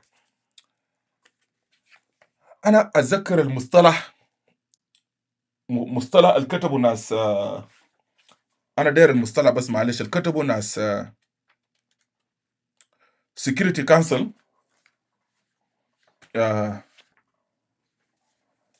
معلش انا ما انا لانه عندي التقرير بتاع اليو ان هنا لكن انا will look for it. UN ناس security council panel of expert 2 years ago 3 years ago هم كتبوا report وفي الريبورت ده they mention 3 kings بتاعتها في جنوب السودان. انا want to use الكلمه اللي هم استخدموه. قالوا king بتاع تشولو، king بتاع انيوك، king بتاع زاندي they were neutralized by the Kiir government. ده ثلاثه بس، ده المصطلح. وفي بقى كلام ما طويل الستيتمنت ده، لكن الستيتمنت ده القصير ده لو انت اخذت الستيتمنت ده وانت عللته كويس كيف مجتمع بتاع تشولو بتاع كيف كينج تشولو وكينج بتاع زاندي وكينج بتاع انيوك they were neutralized by Kiir regime. This is what happened to the Jing community في جنوب السودان. Jing community they were neutralized by Kiir government. كيف الكلام ده؟ وباي security apparatus. What happened 2 years ago or 5 years ago يعني بكتير 5 سنة. National security بتاع كولكور to make sure first of all they have to control Jing community. They have to make sure إنه في جنوب السودان ده out of this body they created they call it Jing Council of Elders ما في أي ابن جين لو عندك صوت يا كتالوج يا أنت جريت من جنوب السودان بجيت opposition. Anyone else من جين community في جنوب السودان عندك قدامك 2 options.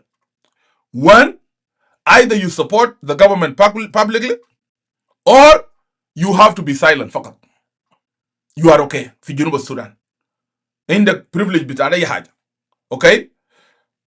أنت لو عرضت يا إما بتتقبض بتتقتل أو you have to escape you have to run away.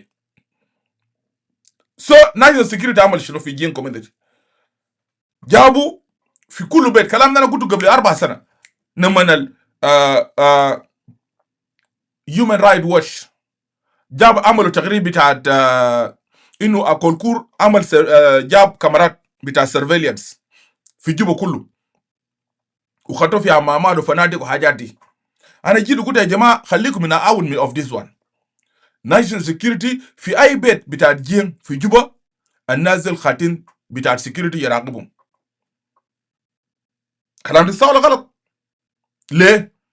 لأنهم عارفين إنه بغاء بتاع النظام بتاع السلفة ده بقدر الإمكان لازم يعتمد على support بتاع أبناء جين ولازم قبائل التانيين they have to be pushed إنه دينكا حكومة ده حكومة بتاع جين. كلام ده I talk about it here. ناس كتير ما كان قاعد يتكلموا they were not talking but we were talking نكون قاعد نتكلم. Okay? Now عشان كده قلت طيب sometimes when يجي people we want to blame جين إنه تغيير ده يجي من جين ما ممكن تغيير ما يجي في جين براهم because even جين اللي قاعدين في جوبا خايفين زي أبناء قبائل التانيين خايفين. Okay? خايفين زي أبناء قبائل التانيين خايفين. So for us عشان نمشي في معادلات بتاع التغيير أدينا دايرين شنو؟ في معادلات بتاع التغيير أدينا دايرين we make sure إنه جين community should not be attacked والمسؤوليه بتاع الفشل بتاع النظام بتاع سلفا كير ما نحملها للنظام بالقبيله بتاع الدنكا. ليه؟ لانه this is what Kiir regime they want us. دايرين نكونوا في الدايره ده بس. We keep fighting كقبائل among ourselves. اوكي؟ المشاكل في بس بياناتنا بس وكده. قلنا اوكي if this is situation on the ground والكويس جنكور ما قصر دنك دايوق ما قصر وبلوك بيونجا وضع الحاجه اكثر لكل الجنوبي.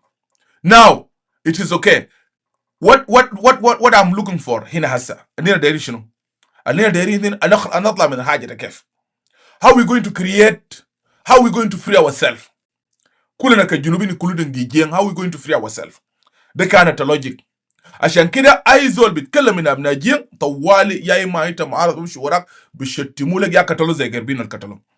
يا دخلوا سجن زي بيتر بيال دخلوا سجن وبيتر بيال لما طلع كلامنا ما كانوا عاجبينه برضه جا دخلوا سجن. They went after him. Now, This thing is repeating. حاجة دي هسه حصل فوق تطور. في تطور حصل. ليه أكل كل فات وخلافات زار وسط جيل بقى كتير.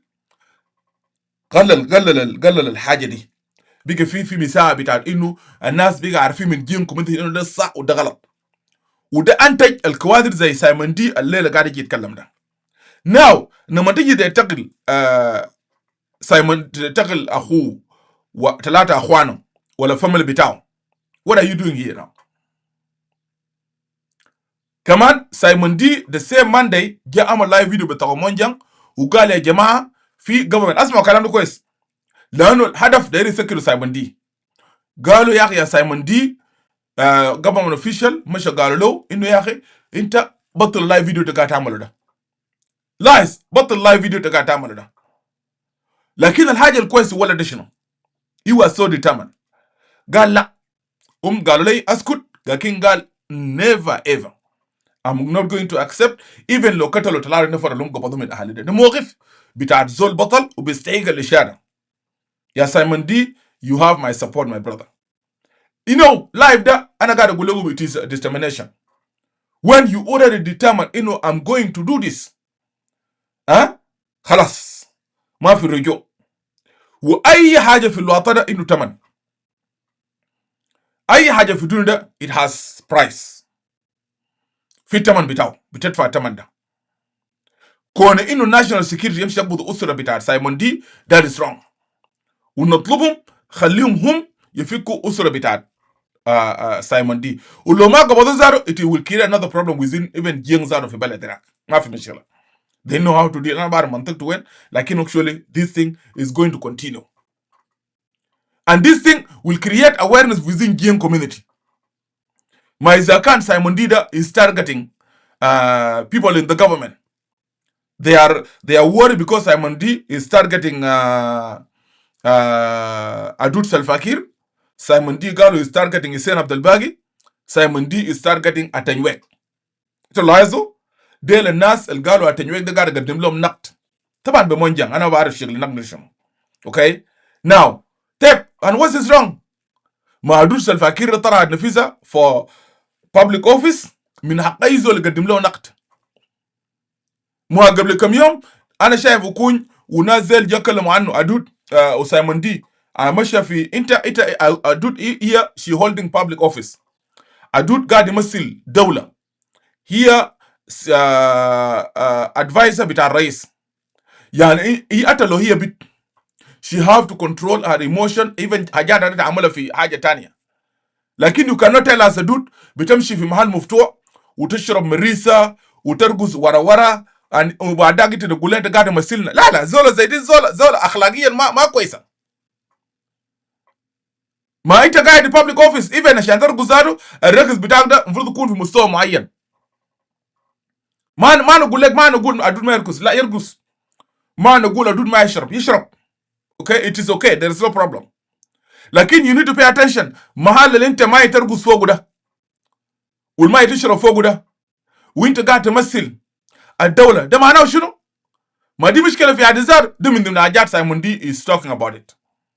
So أدود لو ما دار سايمون دي يتكلم فوقه فيها وما دار رئيس تاني يتكلم فيها يا أدود be careful when you get upset لما نازل يخطوك في مستوى بتاع نفسياتك ما تمام مو طوالي تجري اشرب في البيت بتاعك لو عندك بوي فريند ولا راجل ولا whatever طبعا زيكم ديل we know them ديل بحثات وحاجة زي دي يا is okay امشي اقعد مع المغلق مع راجلك ده ولا حبيبك ولا بوي فريند whatever you guys go لانك انت عندك صورة عامة الناس بيعمل لك كقدوة كرمز.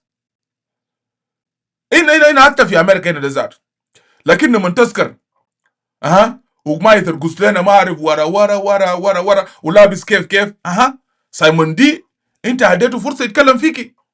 سايمون دي هيجي يتكلم فيكي وهيجي يقدم لك النقد وناس تانية يتكلموا فيكي ويقدموا لك النقد. ناو هي خشة في الحالة بتاعت نفسيات لانه فيديو بتاعه عمل له ليك. خشة نفسيات عملوا ليك للفيديو بتاعه فيديو وصل لسايمون دي وقال اوكي thank you guys this is what I was telling you جنوبين منجم انه ناس زي ما ناس ما عندهم اخلاق ما ممكن يكونوا في السلطة. ده هسه يجاب المشكلة They reached level إنه لازم يقبضوا Simon D and they have to silence Simon D. They went far. مشوا جابوا أسرة بتاعت Simon D قبضوا منه نفر. But Simon D قال اسمع هوي قال this thing أنا ما عندي ما I will not stop. في إطار بتاع الدستور بتاع جنوب السودان المادة 24 article 24 بتتكلم عن freedom of expression and media. حرية ده مادة 24 من دستور بتاع جنوب السودان amended. Let me quote the article. Every citizen shall have the right to the freedom of expression, reception, and dissemination of information, publication, and access to the press without prejudice to public order. Okay? So, ده مادة 24. لكن لا, this جين اللي القاعدين في جوبا ده they are very sensitive to the criticism. ما دايرين يقدموا لهم نقد. ليه لو قدموا لهم نقد كلام ده بياكل مام جنبه بيشوه سمعتهم وزاروا سمعتهم كعبه. Anyhow عشان انا نختصر سايمون دي you did well my brother. والنقد لازم يستمر ولازم يتم فضح المجرمين واللصوص مش الجيني السايكوان بتاعهم في كلام هاوس هنا they want to defend them. You my friend take your money and get the hell out of our face. اخذ القروش ناس الحكومه بديهم قروش ديل ويجي يشتموا في الناس اخذ قروشك وبعدك اتخرج. لكن هنا اي زول جاء قبل انه تمشي المكتب العام تخش public office يا انت لازم تحترمي نفسك. انت لو داير تكوني في المنصب عام ما ممكن تقول لي تكوني منصب عام وداير تجي تشرب مريسه داير تجي ترقص ديسكو داير تلبس تكوني عريانه وبعدك you want people to should not talk about it. تقول للجنوب they will not talk about it. كيف الكلام ده؟ النخب الفاسدين او الفاسده الان في جوبا they have to be criticized الجنوبيين نكونوا واضحين. ده point blank. ده نقطه. الماده ده سيم article 24 2 قال شنو؟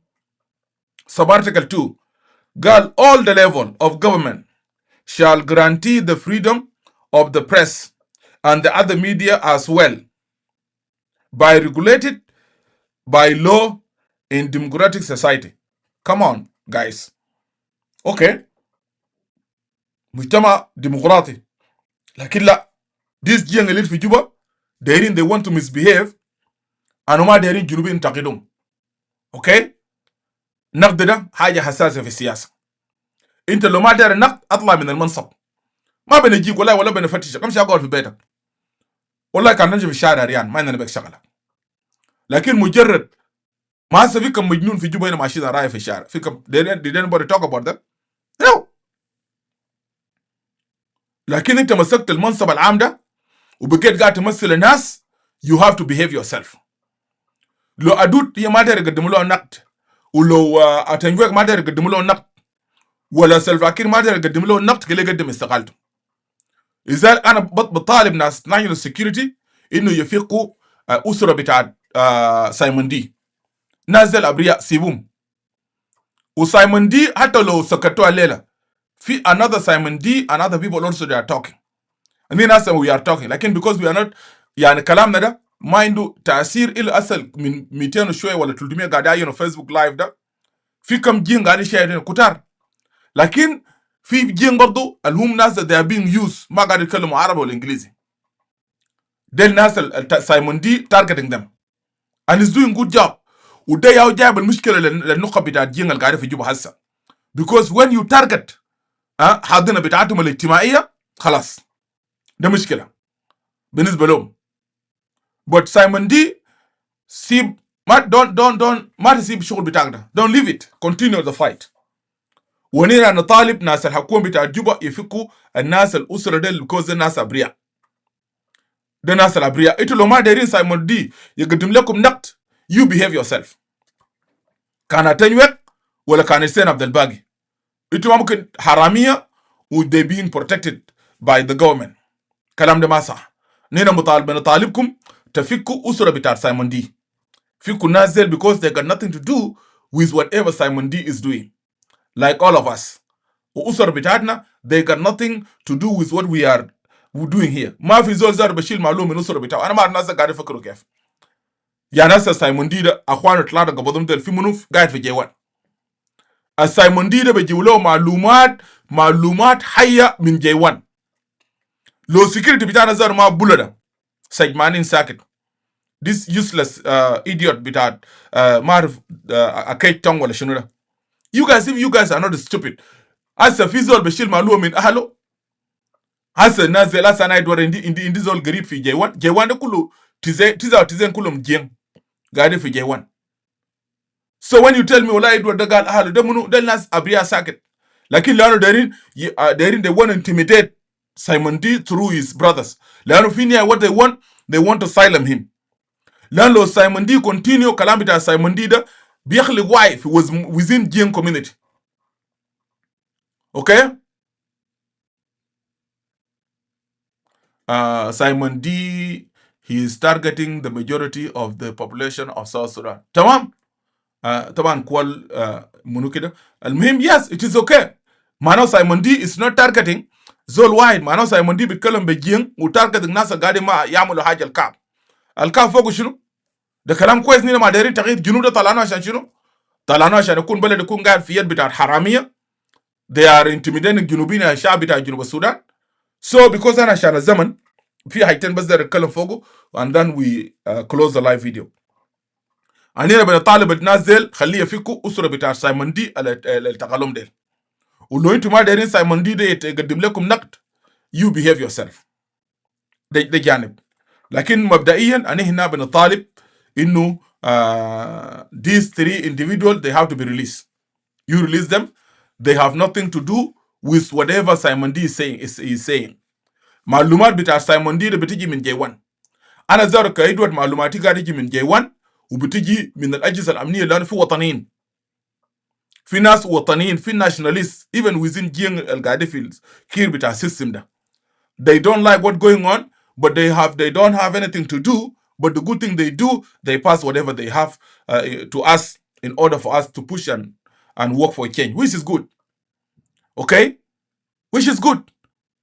إذن هنا بنطالب الناس زي لكن لانه جهاز امني بتاع ناس يعني زي كيتون ده راسهم لافين وكده they will try. والله لو قبضنا اخوان سايمون دي ده نحن نقوم نضغط عشان يسكت. النقطة اللي قبل الأخير ده نقطة بتاعت المحكمة بتاع لندن. المحكمة بتاع لندن يوم 15 يوم الجمعة أصدر قرار إنه they block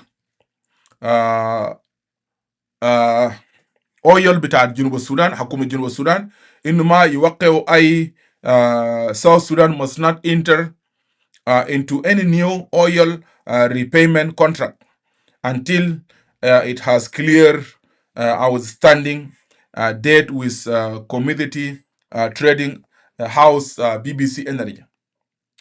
شوفوا يا جنوبي عشان كده انا لما يجيك ناس بتاع حكومه ديل قال دايرين يتكلموا فينا كمعارضه انا والله مرات انا I feel sorry. انا بتعسف عليهم you know.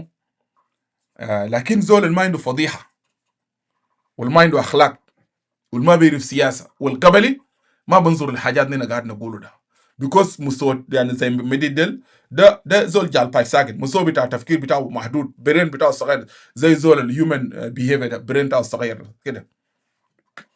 عشان كده ناس زي ديل you guys should not worry about them. شوفوا حكومة جنوب السودان مرات يعني انت لما تقعد تفكر كده انت بتستغرب. انا يومين 2 days ago I was in phone with somebody لما هو كان قاعد يحكي لي الكونتراكت ده وقعوا كيف والقروش ده زاروا مشى ضغطهم كيف عشان بي انرجي ده عشان يجيبوا. I did not believe الحاجة.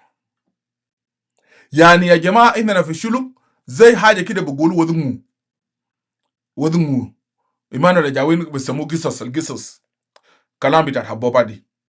يعني انت عارف الحاجة ناس تاني ما عارفينه لأنه التاريخ بتاعنا في جنوب السودان ده تاريخ شفوي. التاريخ بتاعنا ما كان is oral history ما مكتوب. يلا what happened 200 years ago بالنسبه للتاريخ بتاعنا زمان المجتمعات بتاعتنا بيجي بينقلوا من خلال oral history بيحكوا للناس والله قالوا زمان جنانا جوغني what this happened يعني وذن مودا وين اللوك عليه انت بتقول انه حاجات ده حاجات خياليه لكن ما حاجات خياليه دي حاجات happen in the past لكن التناقل بتاعتها بين الاجيال ما مكتوبه ما موثقه بيتم التناقل بتاعها ما بين الجيل لجيل بقصص لا دي حسن هنا تعلمنا الكتابه ناس بيكتبوا الحاجات دي لكن لو انت لاحظت مشيت للشلة انا ما اعرف لو قبائل تاني بيكون عندهم حاجه زي اننا في الشلوك وذم وده بيسموه قصص يعني حبوبه يعني غالبا الاباء ما كان بيحكوا قصه زي دي ما زي امهات اوكي انا قعدت مع حبوبتي الاثنين قعدت مع ام ابوي وقعدت مع ام امي وقعدت مع امي انا ده كويس انا كنت ريمبر مرات يعني لما كنا في البلد في هناك ديار وكده لما نيجي جاهزه بنمشي مع هناك ديار وبنقعد مع ناس امهاتنا كده يلا وحبوبات ده بيبدوا احكي لكم قالوا تيني طبعا قصه وذمو واقع واجد وذمو شباب عيال صغار كيد بيتلموا كلهم ناس بتتلموا وبيستمعوا للقصص الحصل يس انت لو نظرت له ممكن تقول يا اخي ده خيالات ساكت كلام ما خيالات وذمو ده مش كذب لا ما ناس ما يتخيلوا نو كلام ده غير صحيح ده التاريخ احداث حصلت within المسيره بتاعت المجتمع لكن لانه كان بتحفظ الذاكره to keep that history is just to be given للناس الجايين في شكل القصص زي دي history والله جناننا قوني يعني مرات انت كان انت لو خيالات يعني انت ممكن تقول يا جماعه الكلام ده فعلا حصل وما جناننا وكذا وده كله you look at them like this thing is really imagination لكن في الحقيقه ده ما imagination ده الحقائق حصل لكن لانه ما كان في كتابه ناو زول اللي كان بيحكي لي والله يا جنوبين يعني بيحكي لي الاجراء بتاعت الناس ديل والكونتراكت وقا اوكي ونينا محتاجين لقروش انا قاعد كده يا ادوار بعد ما انتهيت بقيت افكر بلد ده هنا بلد سي ولا القاعدين في جوبا ديل سي الناس ديل يعني هم يتعلموا شنو ذاته في خلال بقائهم في سلطه يتعلموا شنو لانه ما ممكن يا جماعه يعني بلد بتدار بشكل زي دي انا كلام ده ما لاقاني طيب حصل شنو كانوا محتاجين لقروش مشوا جاي فتشوا لانه طبعا بيقدموا اويل يا اخي اسمع دينا قروش ونينا هنديك هنديك دون من الشركه بتاعت سافرنا انسحب ودايرين قروش من الشركه بتاعت سافرنا مشوا داو للندن لمحكمه بتاعت بريطانيا دي شركه بتاعت ما سافرنا what do you call it يا جماعه يا دومينيك ما ساعدوني بتروناس بتروناس when they withdraw من جنوب السودان لقوا نفسهم انه بتروناس ماشي دول لمحكمه مشوا جروا قال لي يشعلوا قروش جاي ماشي كلموا الناس عملوا مفاوضات والشركه بتاعت بي بي انرجي دي شركه كبيره جدا في لندن قال خلاص زارنا we want to step into the investment بتاع الاويل في جنوب السودان قال خلاص نينا نديكم قروش وبعدها قروش ممكن نشيله باويل وحاجه زي تمام الناس دي الشركه بتاع سافرنا ادى حكومه بتاع جنوب السودان 142 مليون يورو بالدولار القروش ده بالدولار لما يحولوا بالدولار بيعمل 188 مليون دولار حسب اول شحن بتاعتهم بتاعت النفط تقريبا يوم 5 شهر 2 ولا شهر 1 سنه ده so they supposed to continue paying ال oil للشركه بتاعت بي بي سي حكومه بتاعت جنوب السودان كالعاده طبعا من لانه القروش انتهى مشوا طبعا بكل مره مشوا فتش ناس ثانيه دايرين قروش وما دفعوا للشركه ده قروش الشركه ده هسه مشوا قدموا قضيه في المحكمه وقضيه اكموا يوم 15 انه حكومه جنوب السودان ما يوقع اي كونتراكت ثاني مع اي دوله ثانيه موضوع بتاع دايرين اويل ريبيمنت ده مع الاويل unless يدفعوا قروش بتاع الشركه دي والجلسه نمر 2 النهائيه هيكون يوم 5 شهر 6 ده انت بتسال نفسك طيب اسال لو سالناكم انت بتشيل القروش بتنتهي وين؟ القروش بتشيلوا ده قاعد يعملوا شنو؟ القروش بتنتهي فيما بيناتهم يعني بكل البساطه يا جنوبين، الناس زي المطالبين. انا متاكد يوم السلفه يمشي في السلطه ده، يجي يوم سلفه ده يمشي وهيجي رئيس ثاني في جنوب السودان، you guys will be surprising في انه الاويل ديتس، القروش المطلوب مننا مقابل اويل ده شالوه من جنوب السودان ده. you will not believe الحاجه ده كشعب بتاع جنوب السودان. now this situation will continue. الوضع ده it will continue. هسه كان انتقدوا بجاي بيمشي للصين، ممكن يمشي يسلفوا قروش عشان يجي يدفعوا للشركه نازل 188 مليون بتاعهم ده، وتاني بيكون مدينين من شركه ثانيه. ده الطريقه النخب ده قاعد يديروا دوله في جنوب السودان. النظام ده هيمشي، لكن انا داير اقول كلام للشعب بتاع جنوب السودان. النظام بتاع سلفا كير هيمشي، كان بكره كان بعد بكره كان 200 هيمشي. لكن جنوبين في كلام انا داير اقول لكم قلتوا في اذانكم ده زي حلق. لو سلفا كير النظام ده فات، جنوب السودان هيكون له مستقبل، وجنوب السودان ما هيكون له مستقبل. هايتين، جنوب السودان هيكون له مستقبل وما هيكون له مستقبل. لو الحكومه ده فات والجنوبين بقيتوا ناس كسلانين، ونفس النخب اراون سلفا كير هسه جاء واحد منهم وبقى رئيس، جنوب السودان ما يكون له مستقبل. لانه كثير من ابناء جنوب السودان they will start walking away from that country. كل زول هيحاول يقول no I don't want to be part of this anymore. والمجموعات كثيره they will start fighting for their own rights. كلامي ده ممكن تشوفوه ادوارد قاعد يتخيل، بتخيال برضه كويس، وزول بالنهار ده لو قاعد يتخيل وطن النهار ده كويس تمام. لكن كلامي ده شيلوه معكم بس، اللي داير يشيله شيله، ما داير يشيله خليه، ما مشكله. لكن وين داي انت هتقول ادوارد قال الكلام ده. اذا نفس النخب القاعدين الان اراوند سلفا كير واحد منهم جا بقى رئيس بعد سقوط بتاع سلفا كير، جنوب السودان سيكون ما عنده مستقبل. انا متاكد 100% بلد ما يكون له مستقبل، لانه ما في زول هيقدر يقنع. قصه ما يبقى انه شارلز ولا اوديسيو ولا دكتور موسيس ده الناس اللي دايرين انفصال، لا، ده ما يكون ده قصه. القصه هيكون انه نص مجتمعات بتاع جنوب السودان will start talking about walking away from that country. That will be the problem. لكن لو نظام بتاع سلفا كير رفض ونجحنا كجنوبين وجبنا جابوا رئيس ثاني من خارج الدائره ده، الرئيس ده بيجي وبيقدر يحارب فساد. لانه ممكن تقول لي انه تجيب الرئيس من الدائره بتاعت الفساد او من المفسدين، وتتوقع انه الزول ده يعني شوف تجيب رئيس من الدائره بتاعت الفساد. الدائره بتاعت سلفا كير الدائره بتاعت الفساد، ده الدائره بتاعت القبليه، ده الدائره بتاعت المعصوبيه، ده الدائره بتاعت الديفيشن. and you cannot convince yourself انه والله يا اخي كده نطلع سلفا كير ونجيب بيته وادوت مثلا، ولا نجيب زول تاني في اراوند دايره بتاعت سلفا كير مثلا. you are not solving anything. جنوبين you are not solving anything. لينا كلنا ك 64 قبيله في جنوب السودان nothing going to change في بلدنا، لانه نفس الخصائص ونفس الصفات ياو بس في الشغل زول الجديد. بس التبديل اللي حصل انه كير بيجا ما في وجابوا نفس زول في الشغل سلفا كير ما يدري. اذا اننا دايرين جنوب السودان يظل دوله واحده ونعالج الاخطاء بتاعتنا، لازم جنوبين يجيبوا زول خارج دايره بتاعت سلفا كير ده، خارج الدايره بتاعت سلفا كير يجيبوا زول خارج الدايره ده.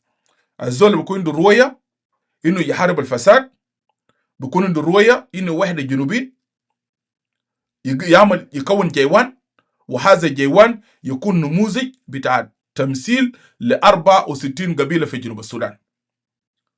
حتى لو نينا كلنا ما بقينا في الخارج في رئاسه الجمهوريه كلها كقبائل، لكن الرئاسه الجمهوريه الرئيس اللي بيجي لو بس رئاسه الجمهوريه شفنا 20 قبيله من قبائل بتاع جنوب السودان بشكل متنوع ممثلين في رئاسه الجمهوريه، anybody will be happy، لانه بيكون السيمبل بتاع اليونيتي بتاعنا نحن.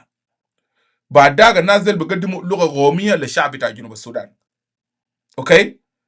وبعد داك الناس دي الرئاسه الجمهوريه بيكون يعني النموذج بتاعت الوحده. انا لما نجي الاسبوع الجاي ونتكلم عن انه تنزانيا نجحت كيف، تنزانيا نجحت كيف في انه تبقى دوله متنوعه. تنزانيا ده تقريبا فيه 100 وشويه قبيله. تنزانيا ده شايفينه ده، ومش فقط القبائل الافريقيه، فيه هنود وفي شنو مجموعات ثانيه برضه كون لهم كتله. ناس دي برضه كونوا ده كتله قبليه في تنزانيا. لكن جاء رئيس جوليوس نياريري كرئيس وياو يكيما ويز ايديا انه يعني البيت بتاع القوميات ده هيتكون كيف عشان تخلق الاستقرار. فشل بتاعنا في جنوب السودان. مرات ناس بيجي بيقول لك انه مشكله ده دينكا والمشكله النوير والمشكله الشلوك والمشكله الباري. ده از بروبلم. مشكله بتاعنا في جنوب السودان ما دينكا كقبيله ولا نوير كقبيله. مشكلتنا في جنوب السودان في رئيس الفاكر ميردد. شو الجوط اللي انتم شايفينه ده كله في الشخص بتاع بريزيدنت كير. لان ايفن ابناء بتاع الجين الجنرالات اللي هم الليله دي كان جراب بلان بتاع باريا في جوبا، ده منو اداهم الحاجه ده منو ليه؟ والفوضى حاصل مركال وين ده منو هذا نازل الحقيه ده ليه؟ ده كير اداهم اليد طول عشان يعمل الحاجه دي. في تنزانيا شغل الدوله المستقره اللي قاعد يستضيف جنوبين الليله المعارضه، وانا ماشي اخر حاجه ما يتكلم فوقه، ده اتخلقت نتيجه للغايه. وانا اوريدي بيكوز عندي حلقتين جايين، حلقه بتاعت مؤتمر بتاع الرجاف، والنموذج بتاع تنزانيا انه كيف نياريري نجح في تكوين هويه الوطنيه. لانه هسه انا ليه ام تو interesting to address الحاجه دي ليه؟ لانه في ناس مثقفين في جوبا بيفتكر انه this kind of creating one language من اللغات بتاع القبائل بتاع جنوب السودان will create unity among South Sudanese. ده التفكير بتاع بولا. ده ناس زول بليد زول سجمان ما قاعد يقرا ما فاهم ذاته what he's talking about. لانه ايفن لما تيجي تجيب لي موضوع بتاع الرجاب، اسالوا نفسكم هل التجربه بتاع الرجاب اتسلف بتاع اختيار 7 لغات ده نجح؟ تجربه الاختيار الليله ده بعد مرور 100 سنه 100 years. لكن لانه ناس ما قاعد تفكر. You want to tell us والله جنوب السودان will be a country one day if we speak Denka ولا Cholo. So هنا لازم حاجه ده we correct this mindset. We correct the mindset ده. Okay, it need to be corrected. That is not a problem. Actually, that is not a problem. Already عندنا لغات، عندنا اللغه العربيه، عندنا عربي جوبا، عندنا اللغه الانجليزيه. فرض النفسها. اللغه العربيه ده فعلا كان لغه بتاع المستعمر، فرض النفسها it is okay. طلعنا منه حاجه سميناها عربي بتاع جوبا. لو انتوا دايرين مشكله بتاع انه اللغه بتاع ناشونال يونيتي اي زول ممكن يتكلم بو، يا عربي جوبا ده الزول اللي ماشي مدرسه والما ماشي مدرسه بيتكلم بها. We can use it. But that is not a problem بتاع instability يا جنوب السودان. مشكلتنا ما مشكله نبقى نتكلم تشولو ولا نتكلم دينكا ولا نوير ولا زاندي ولا باريا ولا توكا. ده ما مشكله بتاعنا في جنوب السودان. مشكلتنا في تكوين دوله كبوتقه بتاع التنوع الاجتماعي والثقافي ده. دوله بتحترم كل الثقافات. وده الحاجه فشلت فيها مؤتمر بتاع رجاف كونفرنس، فشلوا في الحاجه دي.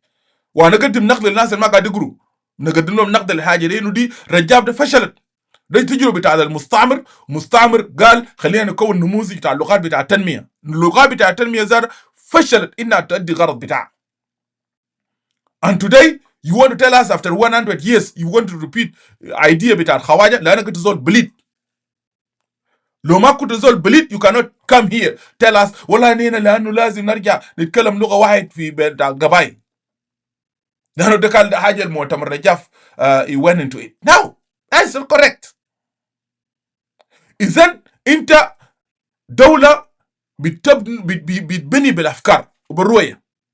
مشكله جنوب السودان الليله لانه ربنا سلطنا والحركه الشعبيه دقسوا بعد وفاه بتاع دكتور جونجرن وجابوا زول بليد زول فاشل زي سلفا كير خطوه قال يكون رئيس.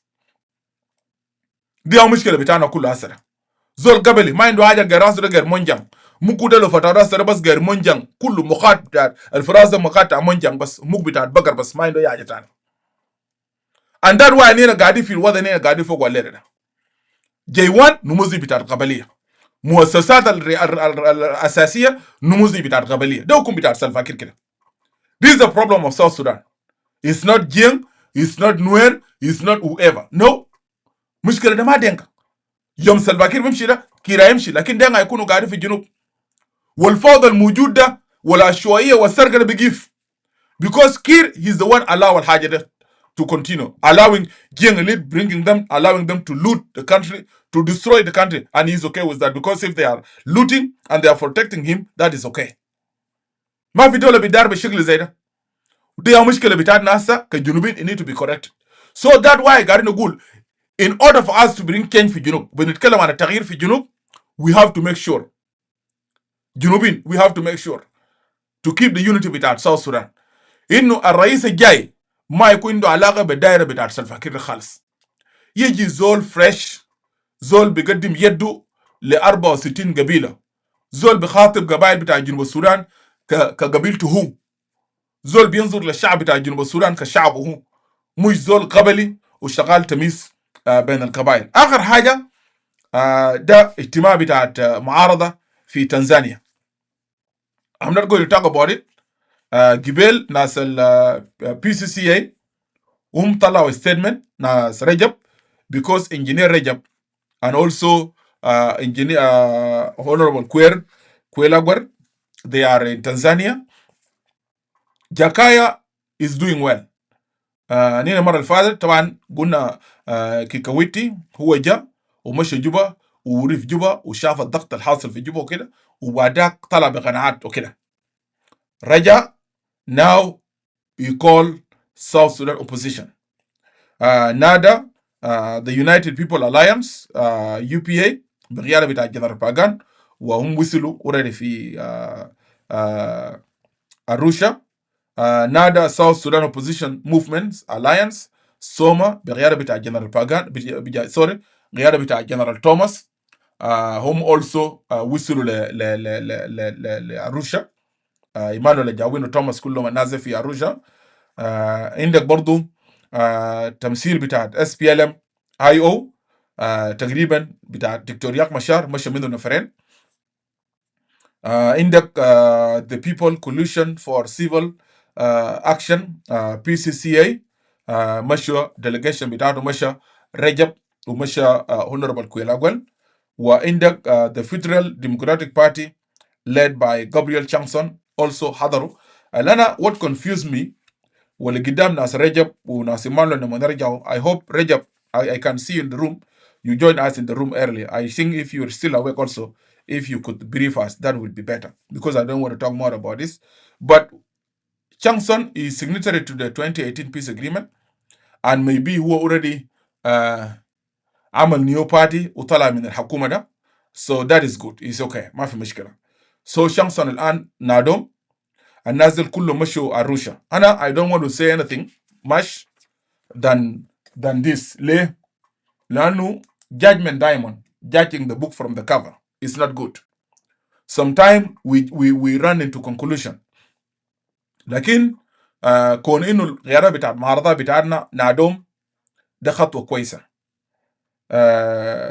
In my conversation with Ambassador Emmanuel in 2 days ago, I think before he traveled, أنا also قلت له يا أخي يا سيد السفير أنتم ماشيين people of South Sudan will be happy لو أنتم كمعارضة بالذات سوما ويو بي اي وقعدتوا.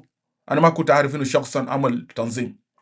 قعدتوا وحاولتوا تعالجوا المشاكل وناس تطلع حتى لو مجموعات دي لازم أنتوا you guys need to agree إنه تشتغلوا together. والكويس delegation بتاع آيو موجود أقعدوا ناقش الحاجات دي. ما في تغيير. انت ما ممكن تقول لي ده تسقط نظام ديكتاتور زي نظام بتاع سلفا كير وانتم ما متوحدين. ده كان الرساله بتاعي له. We have to wait لحد ما هم يرجعوا.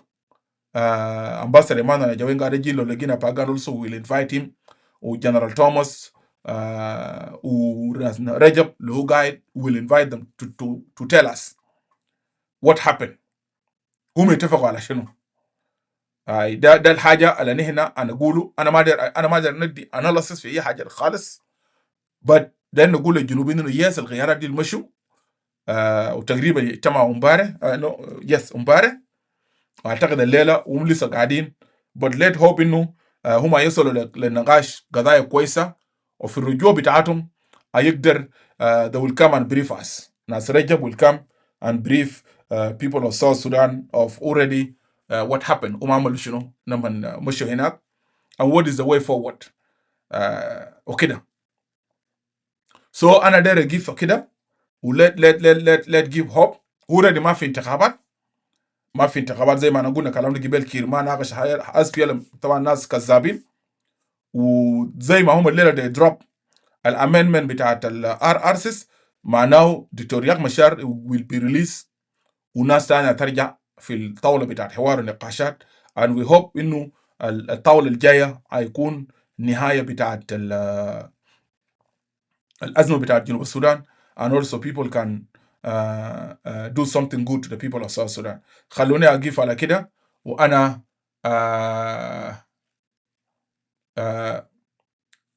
افتح فرصه للناس في كلاب هاوس لو في زول عندك تعليق مرحبا بك لكلام اللي قلته ده كله.